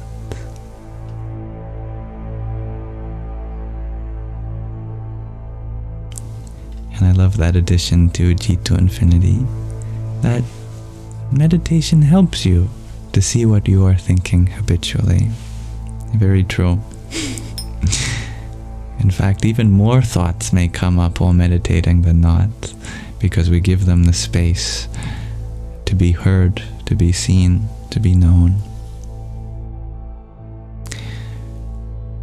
A meditation that brings the practitioner towards a kind of nothingness is called Nirvikalpa Samadhi. And although it's the most common form of meditation here in the West, there's also Savikalpa Samadhi, which is where you actually engage the mind. You consciously think in a certain way, perhaps bringing positive thoughts or imagery or fragrances, tastes, sounds to mind. And Savikalpa Samadhi is a much easier Samadhi than Nirvikalpa Samadhi. Let me tell you that for free. And hello, Steve. It's nice to see you. I am doing well. Thank you for asking. And that's wonderful. Jad Zunai. I don't know if I'm pronouncing your name right, but bringing some space between you and anything one may be addicted to is always an achievement, no matter how long. And it can be easy to get caught up in, we've done this for this long, how much further do we have to go? But remember that all we have to do is restrain ourselves just in this moment. We'll worry about the next moment. We don't have to preemptively put our energy into restraining from something tomorrow. Just what's enough to get by this moment, and that's all you ever have to manage.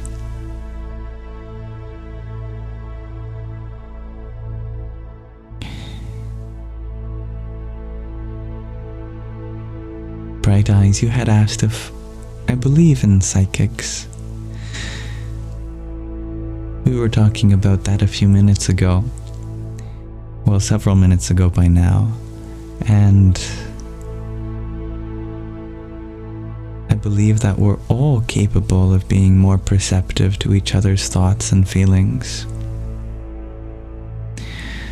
And it's natural to develop these qualities as we continue in our sadhana, our spiritual path.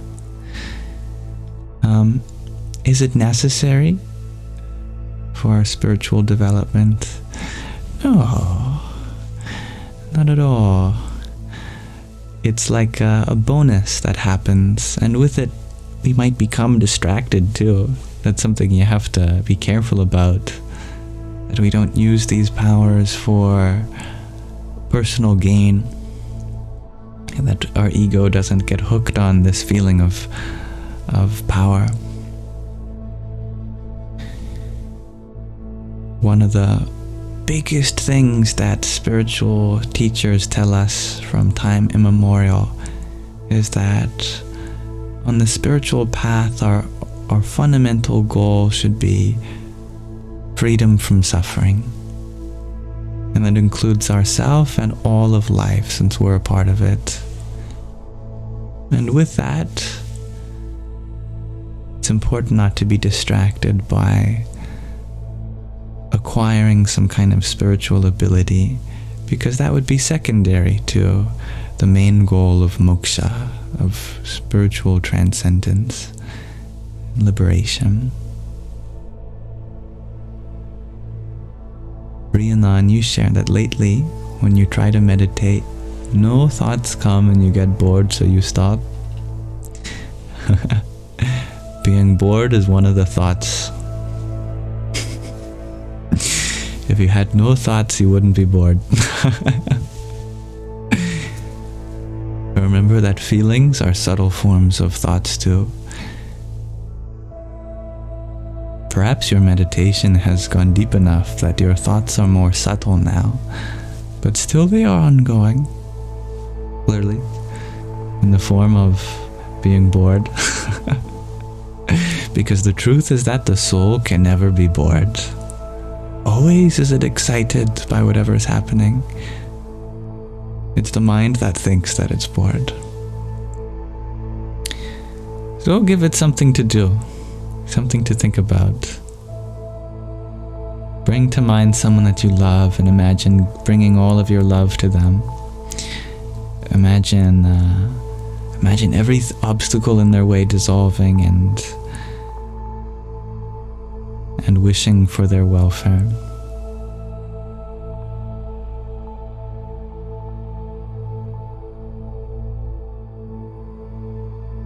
Thank you, AC, for your rose. Radhe, Radhe. And thank you for the beautiful galaxy that you sent to. It's very humbling to be gifted a whole collection of stars representing all the different possibilities for light and the different planets that they may shine on, and how we are all part of one collective cosmic swirl that we call our Milky Way. And I think that's beautiful. Thank you. And thank you, Jessica, for the fruit friends as well. Hari Om Tat Sat. And thank you, dear Christopher, for your heart me as well. Om Kring Galikai Namaha.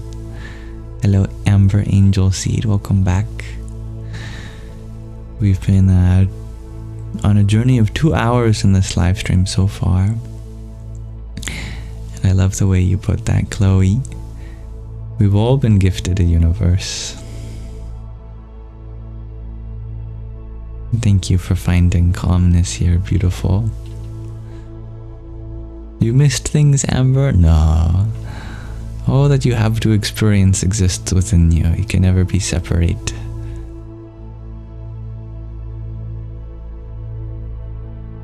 And that's beautiful too, G. That the Greek definition of psychic is understanding the wisdom of the soul. We all have a soul, and thus our path is to understand its wisdom. Thus humans are psychic when we speak to each other's soul. I love that. Thank you for sharing that.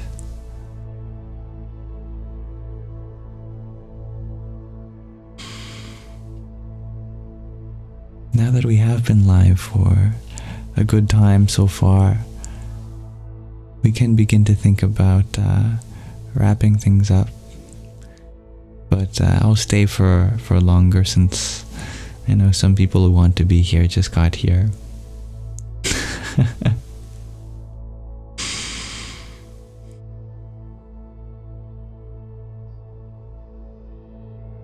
We can read from another section of the bucket, Pema Chodron. She's a lovely Buddhist nun that has many words to share. I just have to consult my list of passages that I haven't read yet.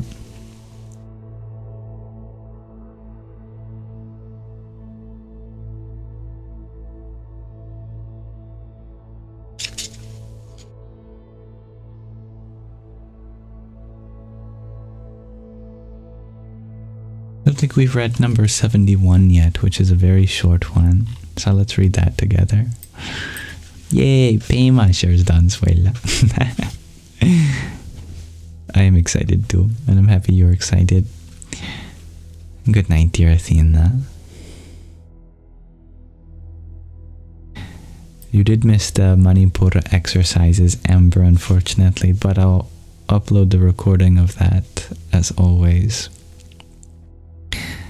Let me bring up her picture. There she is. So this one's a short one. Only a few sentences.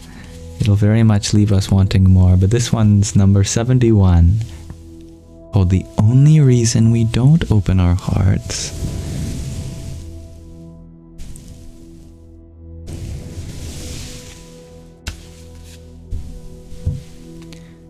The only reason we don't open our hearts and minds to other people is that they trigger confusion in us that we don't feel brave or sane enough to deal with.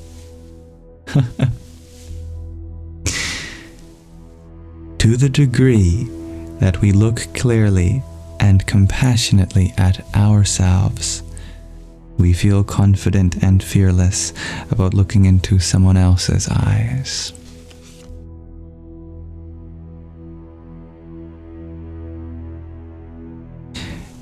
Just 2 sentences today. That's the only reason we don't open our hearts. Thank you for listening. So it's important that to have that bravery and courage to be receptive to others, we must do the same for ourselves. Isn't it so? Now, Maria, you think you met me when I was young. Did I make banoffee pie in Bagsu? Did I live in the north of India when I was little? You must have met my doppelganger, as although I would love to go to India, I have never left my country of Canada in this life.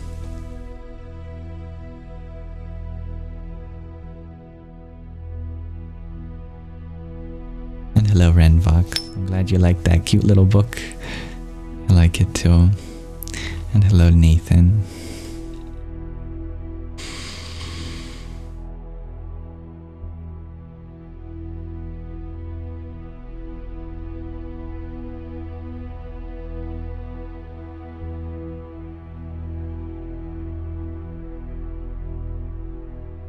I agree, banoffee pie sounds delicious, Dansuela, though I have no idea what it is, admittedly.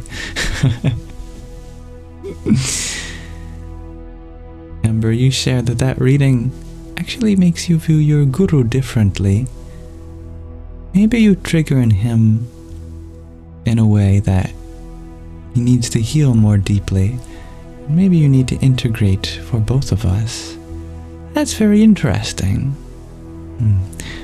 I'm sure that there's truth in that. At the same time, I hope that your guru is unshakable. But then again, that is a very idealized version of a guru. There's always a human element too, and I'm sure that as you express your light and continue on your healing journey, that brings similar effects for him too.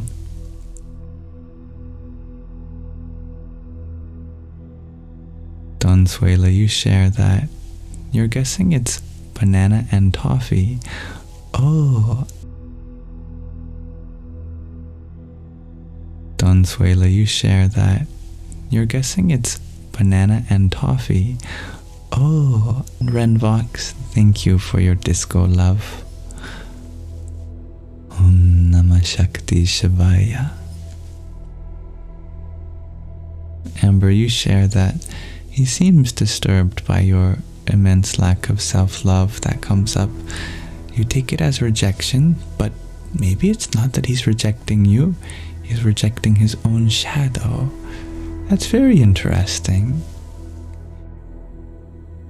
I like your ability to be so curious about all the symbolisms in your relationship with your guru. That's lovely. And hello, Lala Michelle. My evening has been well so far, thank you. Thank you, Renvox, for your disco love that you shared too. Om Shri Hanumate Namaha.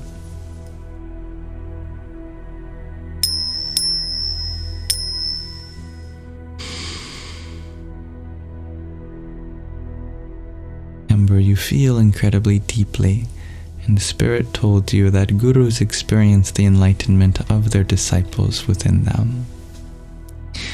I love that so much. Such a beautiful realization that is, or revelation.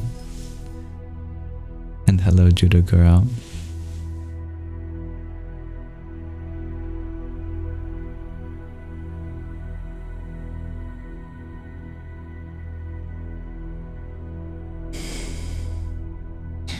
Now I think it is a good time to begin to land the plane for today. It's very beautiful, Amber. I am going to ask you all, before we go, as my question of the day, what is something in your life which you are helping to create? And hello, blah blah blah. Nice to see you again. And hello, Tirvana too. There are many ways in which we help create something in this world. Not always does it have to be so literal in terms of a creative project. For example, House of the Rising Sun. You share that you're helping to create God's love. That's beautiful. And with the love of the divine, all things can be created. Magdalene, you are helping to create more space for others to feel witnessed and heard. You are very sweet. Someone with a very creative username. I don't know if I'll be able to read it. But your username is Maleninia, I think. You share that you're helping to create a safe space for your ancestors to heal. That's very powerfully spoken. I love that.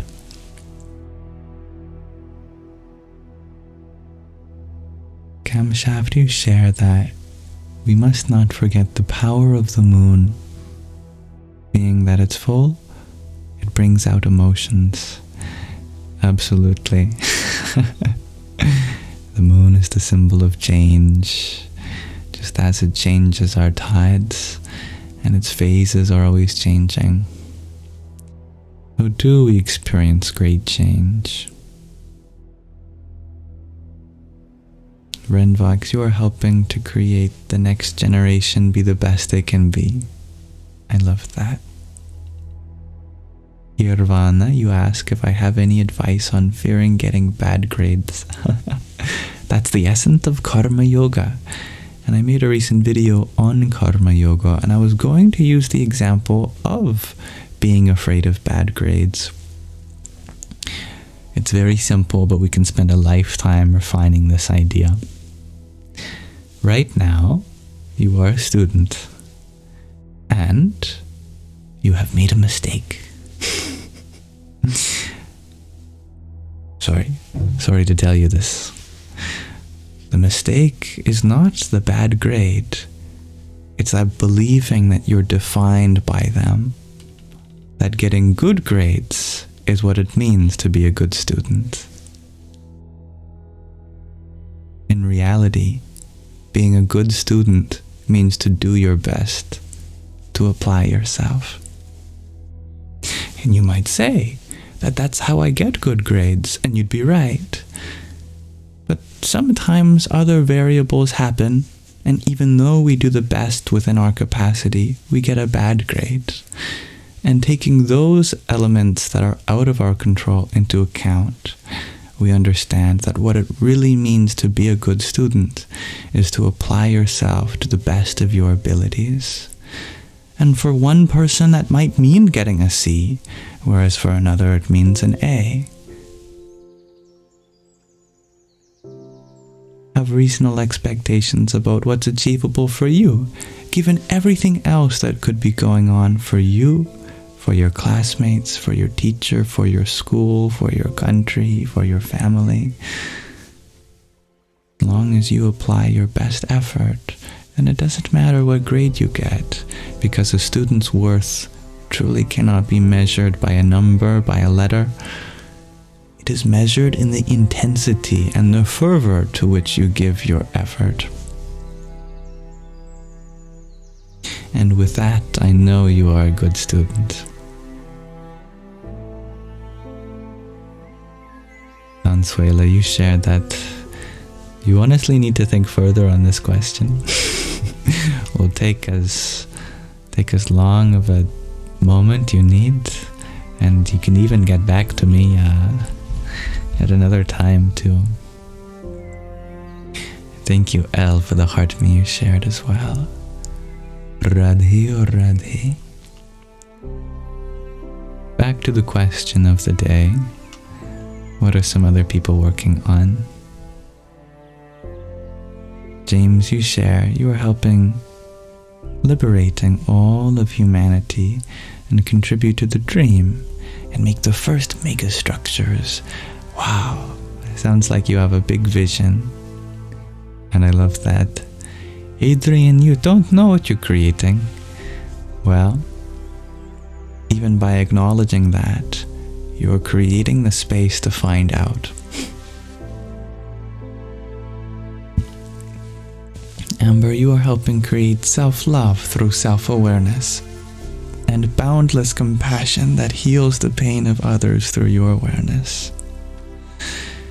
Amber, you add that this woman once said that when you don't turn away from the pain in your heart, you become willing to hold space for others in pain as well, so they may heal. It's beautiful that you remember that.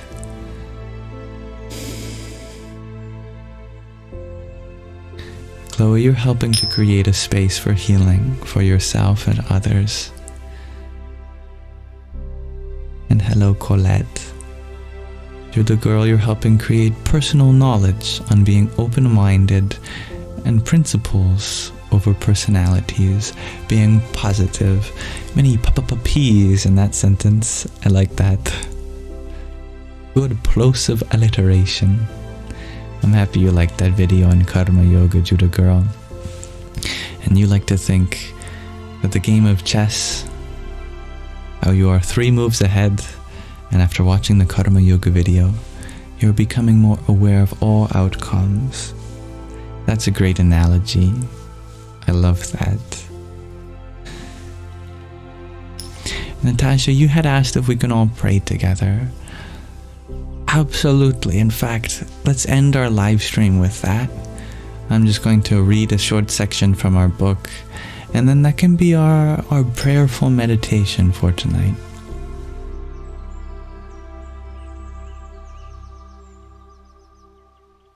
Billy, you are helping to create confident, happy people in your sons.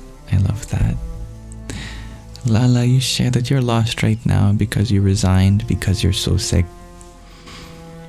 Sounds like you are not lost at all, but rather in understanding that your physical health is what requires the most attention. Otherwise, how can you possibly be of service to others without the capacity within your physical being?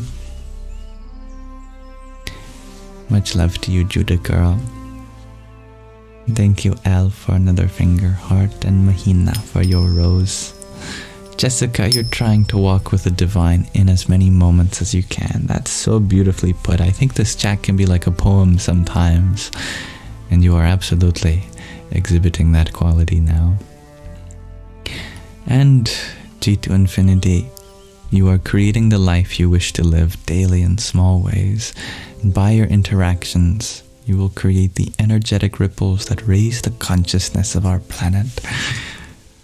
Tatastu. And hello, V.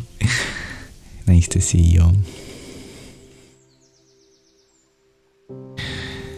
Thank you, everyone, for helping create so many wonderful things. And I can't help but notice that one of the biggest commonalities amongst us is our ability to create space.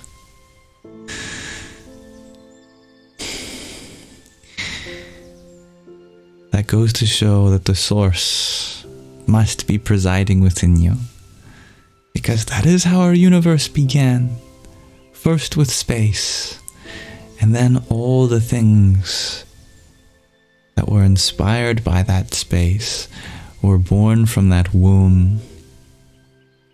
We too are like that source in the space that we create for others, for ourselves, and for the whole planet.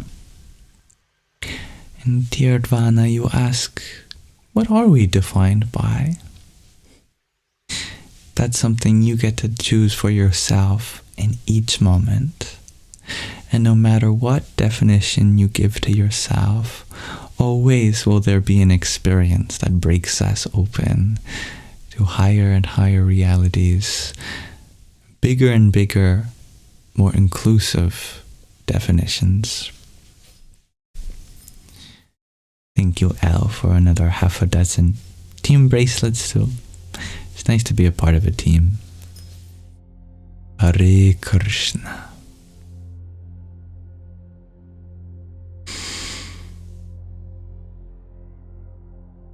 Thank you, Mr. Blue, for your trio of ice cream cones too.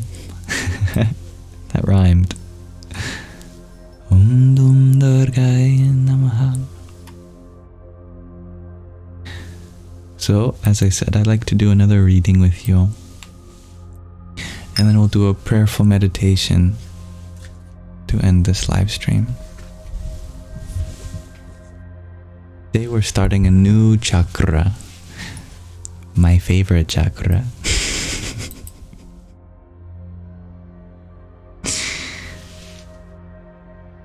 Let us open our hearts to the nature of the Anahata Chakra, which is the center of our heart. There are many wonderful symbols here. We'll just list them, and then over the next few days we'll unbox this list.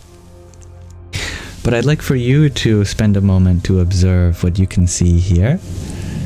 See, there is a deity on the left and right. There is a Devanagari symbol. That is Yam. And on each petal of this lotus, there are sub-mantras. How many petals are there?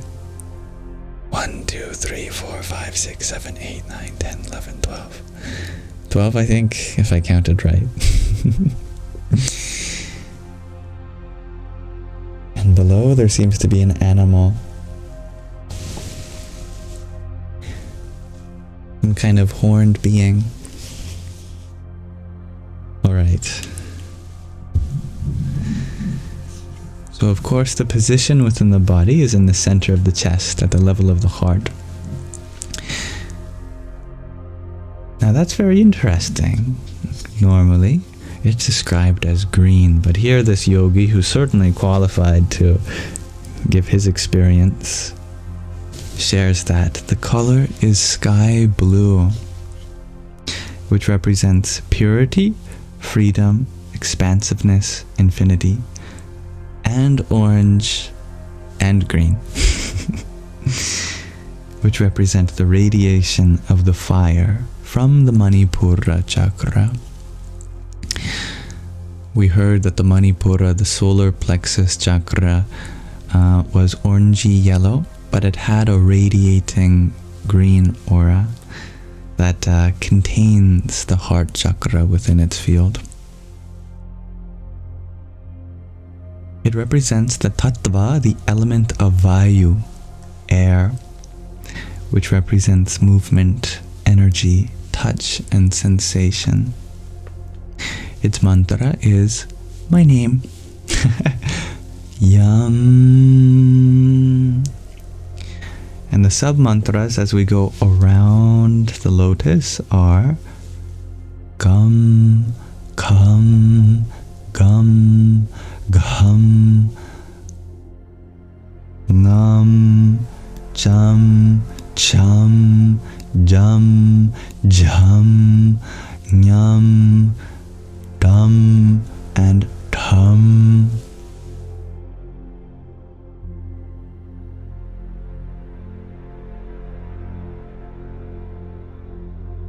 Just making sure I got that right.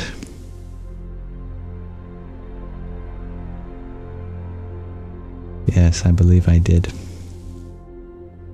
This lotus is of 12 petals, which represent the 12 qualities of the heart: joy, peace, kindness, patience, love, harmony, clarity, compassion, purity, understanding, forgiveness, and bliss.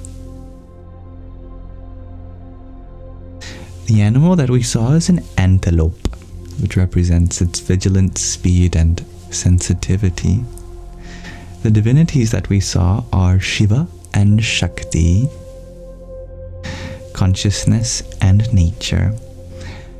Its symbols include a new moon, representing changeability, the path to perfection, and it also has 2 triangles, representing rising and falling energy. Its qualities and aspects include Jivan Jyoti, which means the seat of the so-called living light, Atma Bhakti, which means love, devotion, understanding, compassion, and forgiveness, especially towards the self within you and all beings. And that's a great question, Lala. Are the mantras like a hum, like us humming? Because you learned something about that. Yes, that's called the Anusvara in Sanskrit, which literally means Anu, nasalized, Svara, sound. And the reason that's symbolically important in bija mantras like Yam or Om is because in Sanskrit, which is the language of these mantras, the Anusvara has a symbolic and grammatical role. When we are speaking in Sanskrit, we breathe out into the object and into the subject. And the Anusvara, the redirecting of the sound inward, the nasal cavity, is how we designate the subject of a sentence.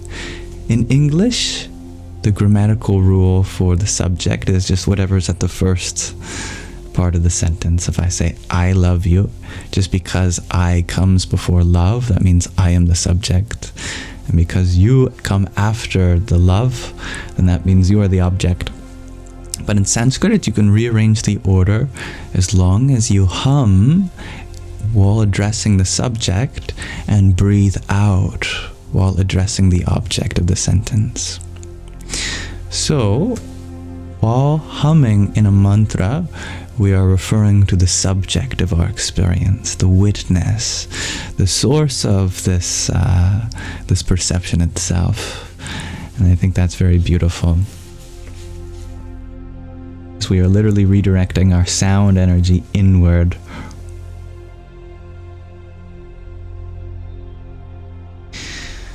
Some more qualities and aspects of the Anahata Chakra include Bhava Samadhi, the Samadhi of love for God. Samadhi means the superconscious state of meditative absorption.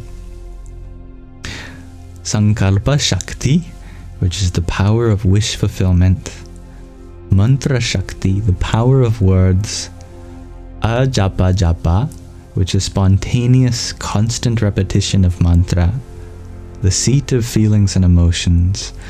Creative writing, artistic talent, these are other aspects. Its positive aspect is the awakening of divine love, and its negative aspect is the changing emotion, stagnation of development.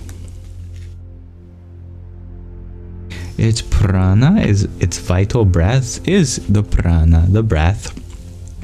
The level and plane that it relates to is the Maharloka, which refers to balance. The planet it corresponds to is Venus. That makes sense. Venus is the god of love, isn't it? I think. Its principle is Sankalpa and Vikalpa, forming and discarding of ideas. And it represents the moon, which in turn represents changeability.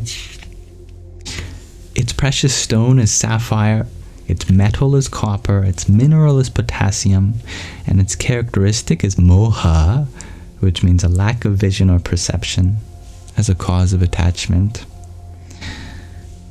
When you fall in love with the heart, you can certainly have a lack of vision in other regards. Convenient for love. Its sensitivity is to Trishna, which is thirst. Its sense organ is the Tvach, the skin, principle representing Vayu, touch. Its taste is astringent. Its quality is Prasarana, expansion. Part of the body it represents is the Pani, the hands, the principle representing Indra, giving and taking.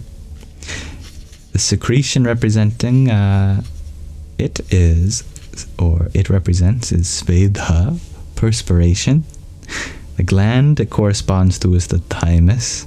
Its plexus is the cardiac plexus, and other names include the heart chakra and Hridaya Kamala, which is a lotus of Hridaya. I don't know what Hridaya is, but that's fun to say. Hridaya Kamala. Another name includes the Chintamani.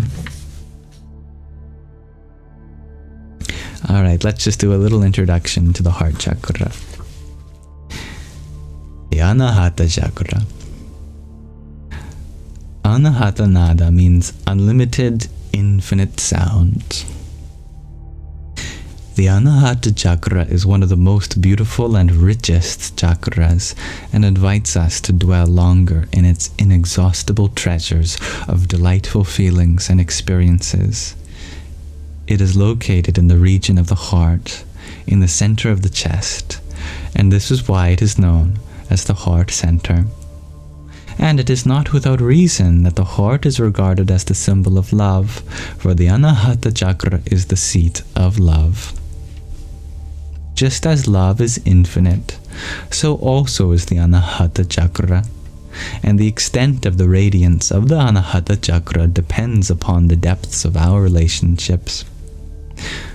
When our heart opens to divine love, our love becomes infinite.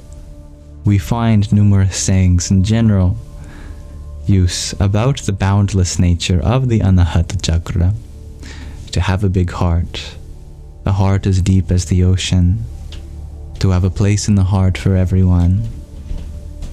Saying, I love you and always think about you, with the intellect are merely empty words, but to really send loving feelings to someone, we must open the heart and allow love and light to radiate from our inner self.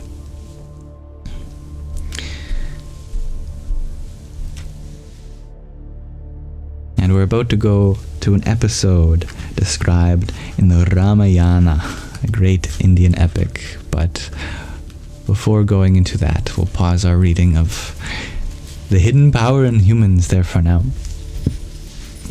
as we are introducing the heart chakra. So thank you for listening.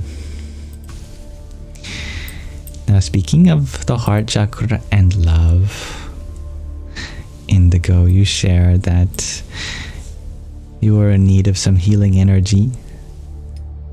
You are open to receive. That's beautiful. Actually, that's a perfect time for our meditation, which is all about giving love today. So we can be open to the love that we are going to give each other through this meditation. At the same time, we will give love to each other and the whole world. Set that in intention.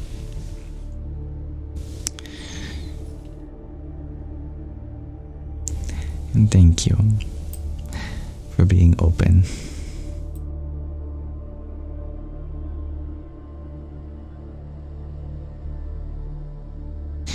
And don't have a scheduled outline. Well, I do have an outline, but no schedule, Amber. Every day, I try to go live once per day for a couple hours at least. And I like to start my lives with a question of the day in reading and end it with a question of the day in reading, as well as a meditation if I can. And generally in the afternoons or evenings, I'll go live. And Amber, you're wondering how I got into all this stuff. Oh, I don't even know myself. The universe just kind of said, hey, we are going to use you as a vessel. We're going to put you in difficult circumstances. You will have no choice but to awaken to these things. And all I wanted was to grow up to be an inventor, to make things, be somewhat of an engineer or an assistant to those who discover things about the nature of the universe. But very quickly it turned into a discovery of the nature of my own inner universe. Alright. Let's begin our meditation. And this will be the last thing we do before we end today's life. And today's life? Well, geez. I wasn't prepared to do that. I meant to say alive. Which I guess is the singular of lives.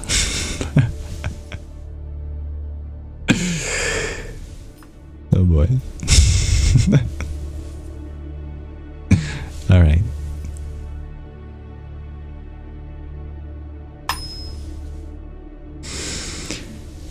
So for our meditation for tonight,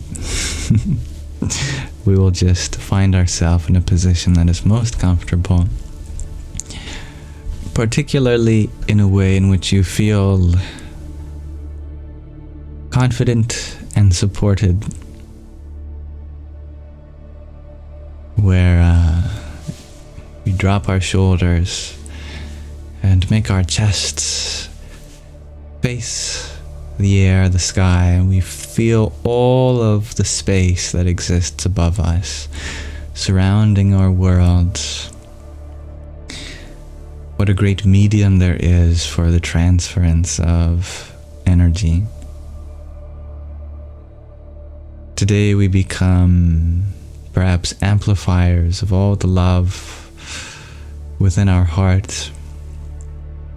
And we use that amplification to get the love within us and deliver it to where it needs to be, as if we are a network of delivery drivers. Except we deliver love rather than Amazon packages.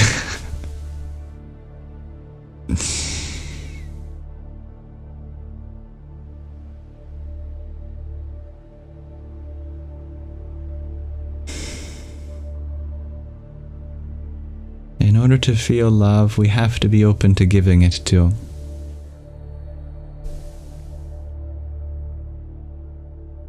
This works because inside is the source of love, and outside is where we have to give our love. So it is from the osmosis, the osmotic gradient that flows from our heart to the world, that we feel the current of love the strongest. As such, let us imagine opening our hearts and giving our love to all those who are suffering,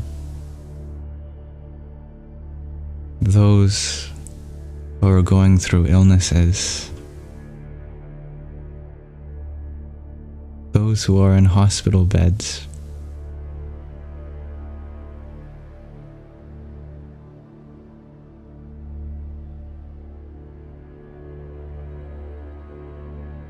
imagine sending our love in a wave to all those who are suffering.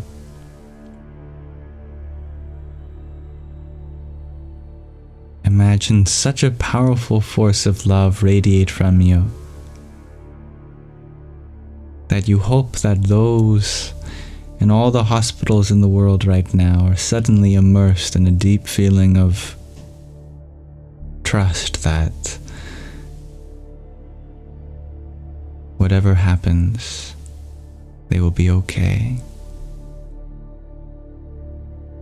That they may heal, or that they may pass easily into whatever life the universe has for them next. Imagine bringing love to all those who are suffering and don't have the luxury to be in a hospital,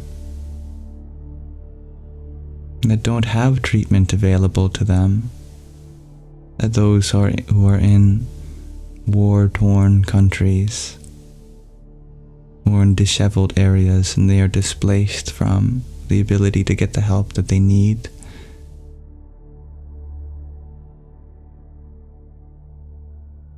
Imagine empowering everyone in the world with faith that they will be successful, no matter where they find themselves to be.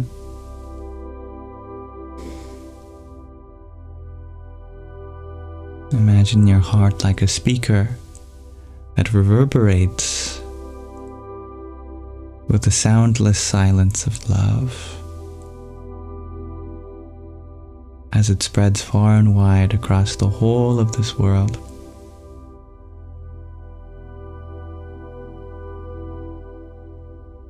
Visualize a love so strong coming from within you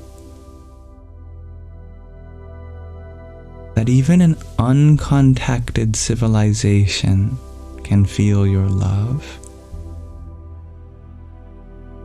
Maybe in a small community somewhere on this planet, or even somewhere across the universe. Perhaps imagine an alien right now suddenly feeling full of love, and you are responsible for that. Somewhere in the universe there is a life form that is suddenly immersed in our love, and we give that freely, anonymously, and we are made happy just by giving, without needing to take any credit to. And we know that this acknowledgement of all the places that deserve our love is just the beginning.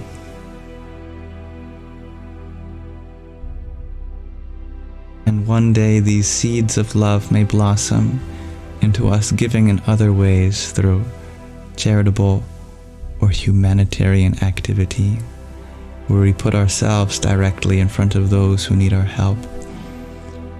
But until then, we affirm them at a spiritual level, that our love remains with them, and may they be empowered to use that, to grow, to heal, to make a difference.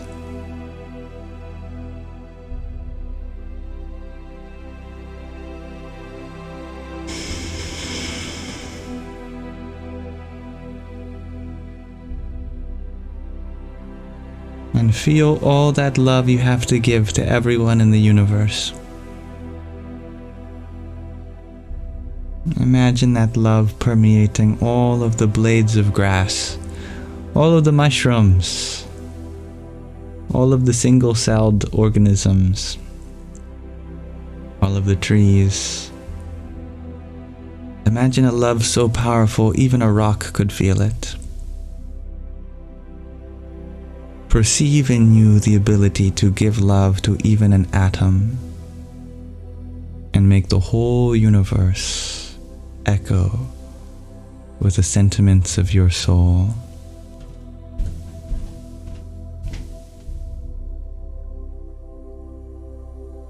And then imagine all the love that that universe has for you too, and how important and necessary your existence is.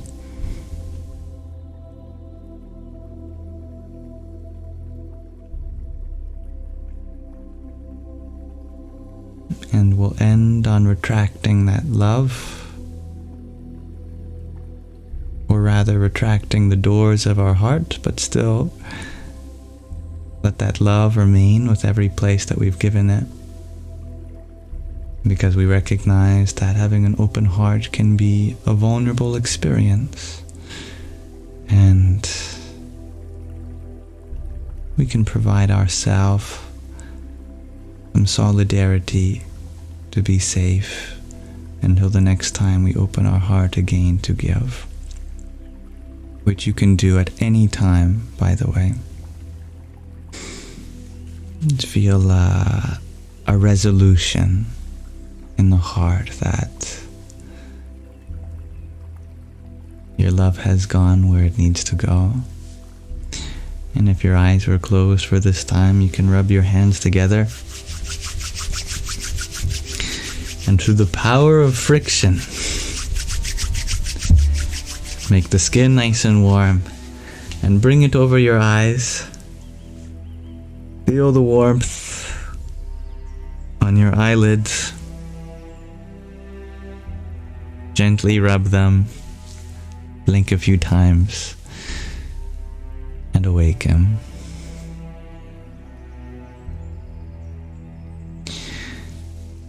Thank you for participating in that prayerful meditation.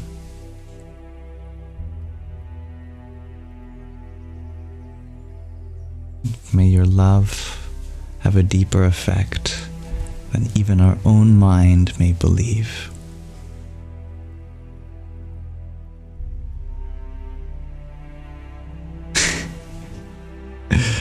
Adam's just vibing for real. I love that, James. Thank you, Natasha, for inspiring that tonight.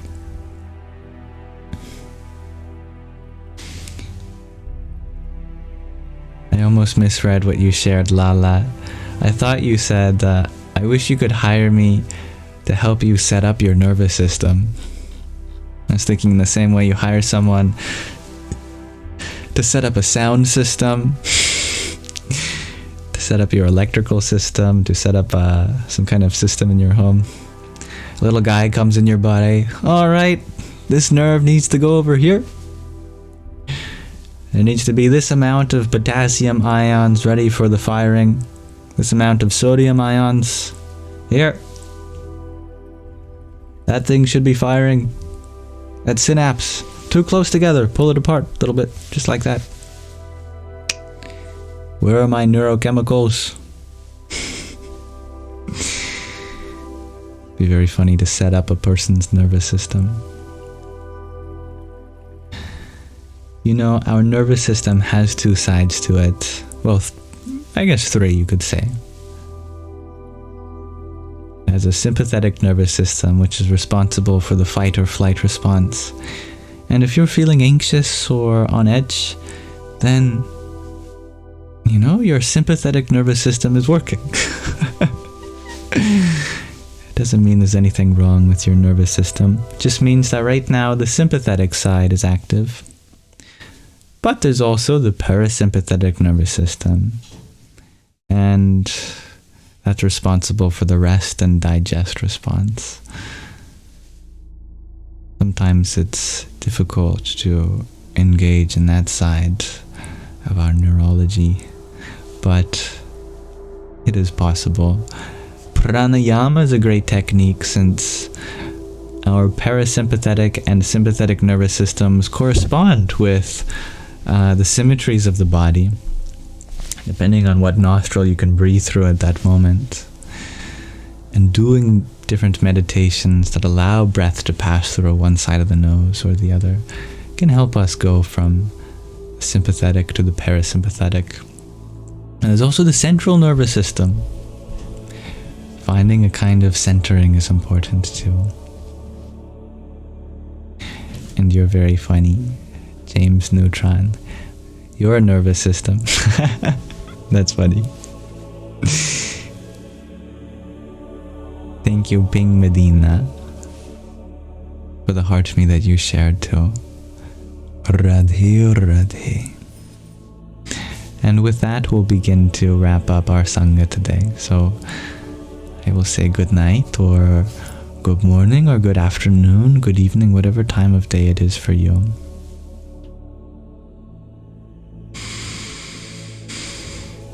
If any part of this live was useful for you, for example, if you wanted to get caught up on the reading, listen to other chakras or other books, all of the readings that we do, including the little snippets of Pema that we read today, that'll be uploaded to designated playlists on my Yamsox Lives YouTube channel. That's there for you to partake in if you find that useful. Or if you just want to listen to lives when I'm not live. I have all of them for the past 6 months available. Without any ads too, by the way. No commercial breaks. Good night, dear Chloe. Thank you for being here. Thank you for sharing your love, Dansuela, to me and everyone here. I felt lots of love during our meditation. Until the next present moment, Magdalene. Interesting concept, I agree. Thank you for sending love from Divine Source to all. Good night, dear Shakira. Thank you for your love, Billy. Good night, dear Amber.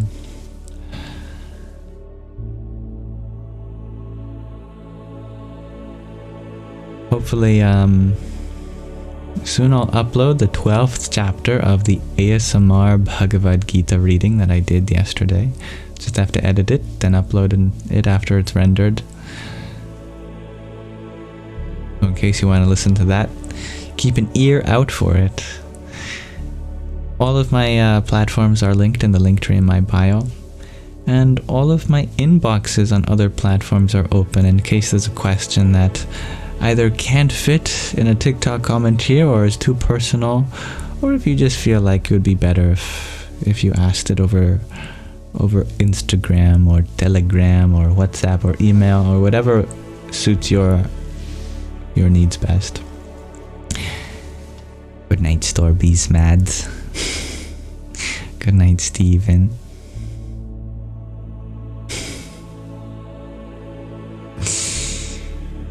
We are the best. That's very sweet, James. Mahina, you share that you watched the full moon rise and a thunderstorm at the same time of the meditation with us. That's beautiful. Wow. And I'm sure that empowered the meditation for all of us, just by having your presence here.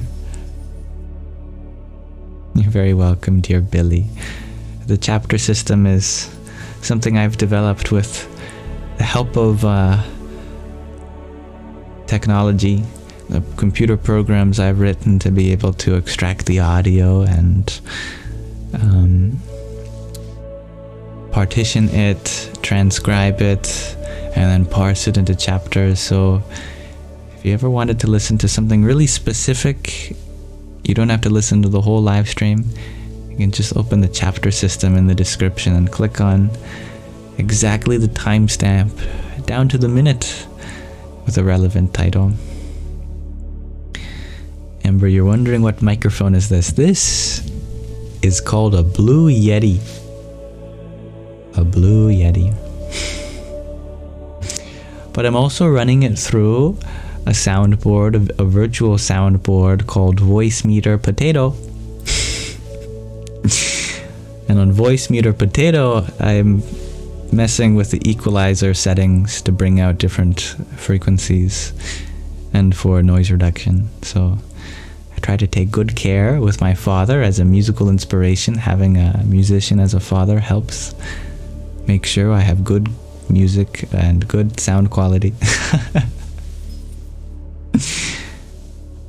And yes, I will post the meditation to Billy. Thank you, Mahina. And this microphone is very cheap, by the way. As far as microphones go, it can range from hundreds to thousands of dollars. I believe this, depending on where you get it, can be something like $50, which is really good for a good sounding microphone. Dansuela, you share that it makes sense for yam to go through Voice Meter Potato. That's right, and it's also going through sweet potatoes and yams. You're quick with that. Very clever. My father is very talented and can play many instruments, from a bass guitar to a regular guitar to even a Spanish guitar, as well as a piano and drums. And of course, he is a singer first and foremost. And I'm sure that there are other instruments, but those are the ones that he uses primarily. Is it good for singing to this microphone? Oh, I'm sure. And with the right settings, you can't see it, but there's knobs on the back. One knob determines how sensitive it is. So if you're too loud, you can turn down the sensitivity. And there's knobs for what direction the sound is coming from, whether it's just from the front or from both the front and back, or all around, or everywhere, including the top. I think those are the modes. And through software, you can always edit things too, either live or in post. Anyway, it's definitely possible to use this for singing. I know many people do. You be loud, shares Amber. That's good. Your voice deserves to be heard. And Tom Terrific, you want my bandana? Well, the good thing is it is available for you in the link tree in my bio. Along with the Yamsox and a tiny beanie. Since you all have asked for it, and that makes me feel better knowing that you can get something physical and comfy in return for your support, though it is never expected. Alright, with that, I'm really gonna go for now, but may this live stream be an offering to the divinity within you.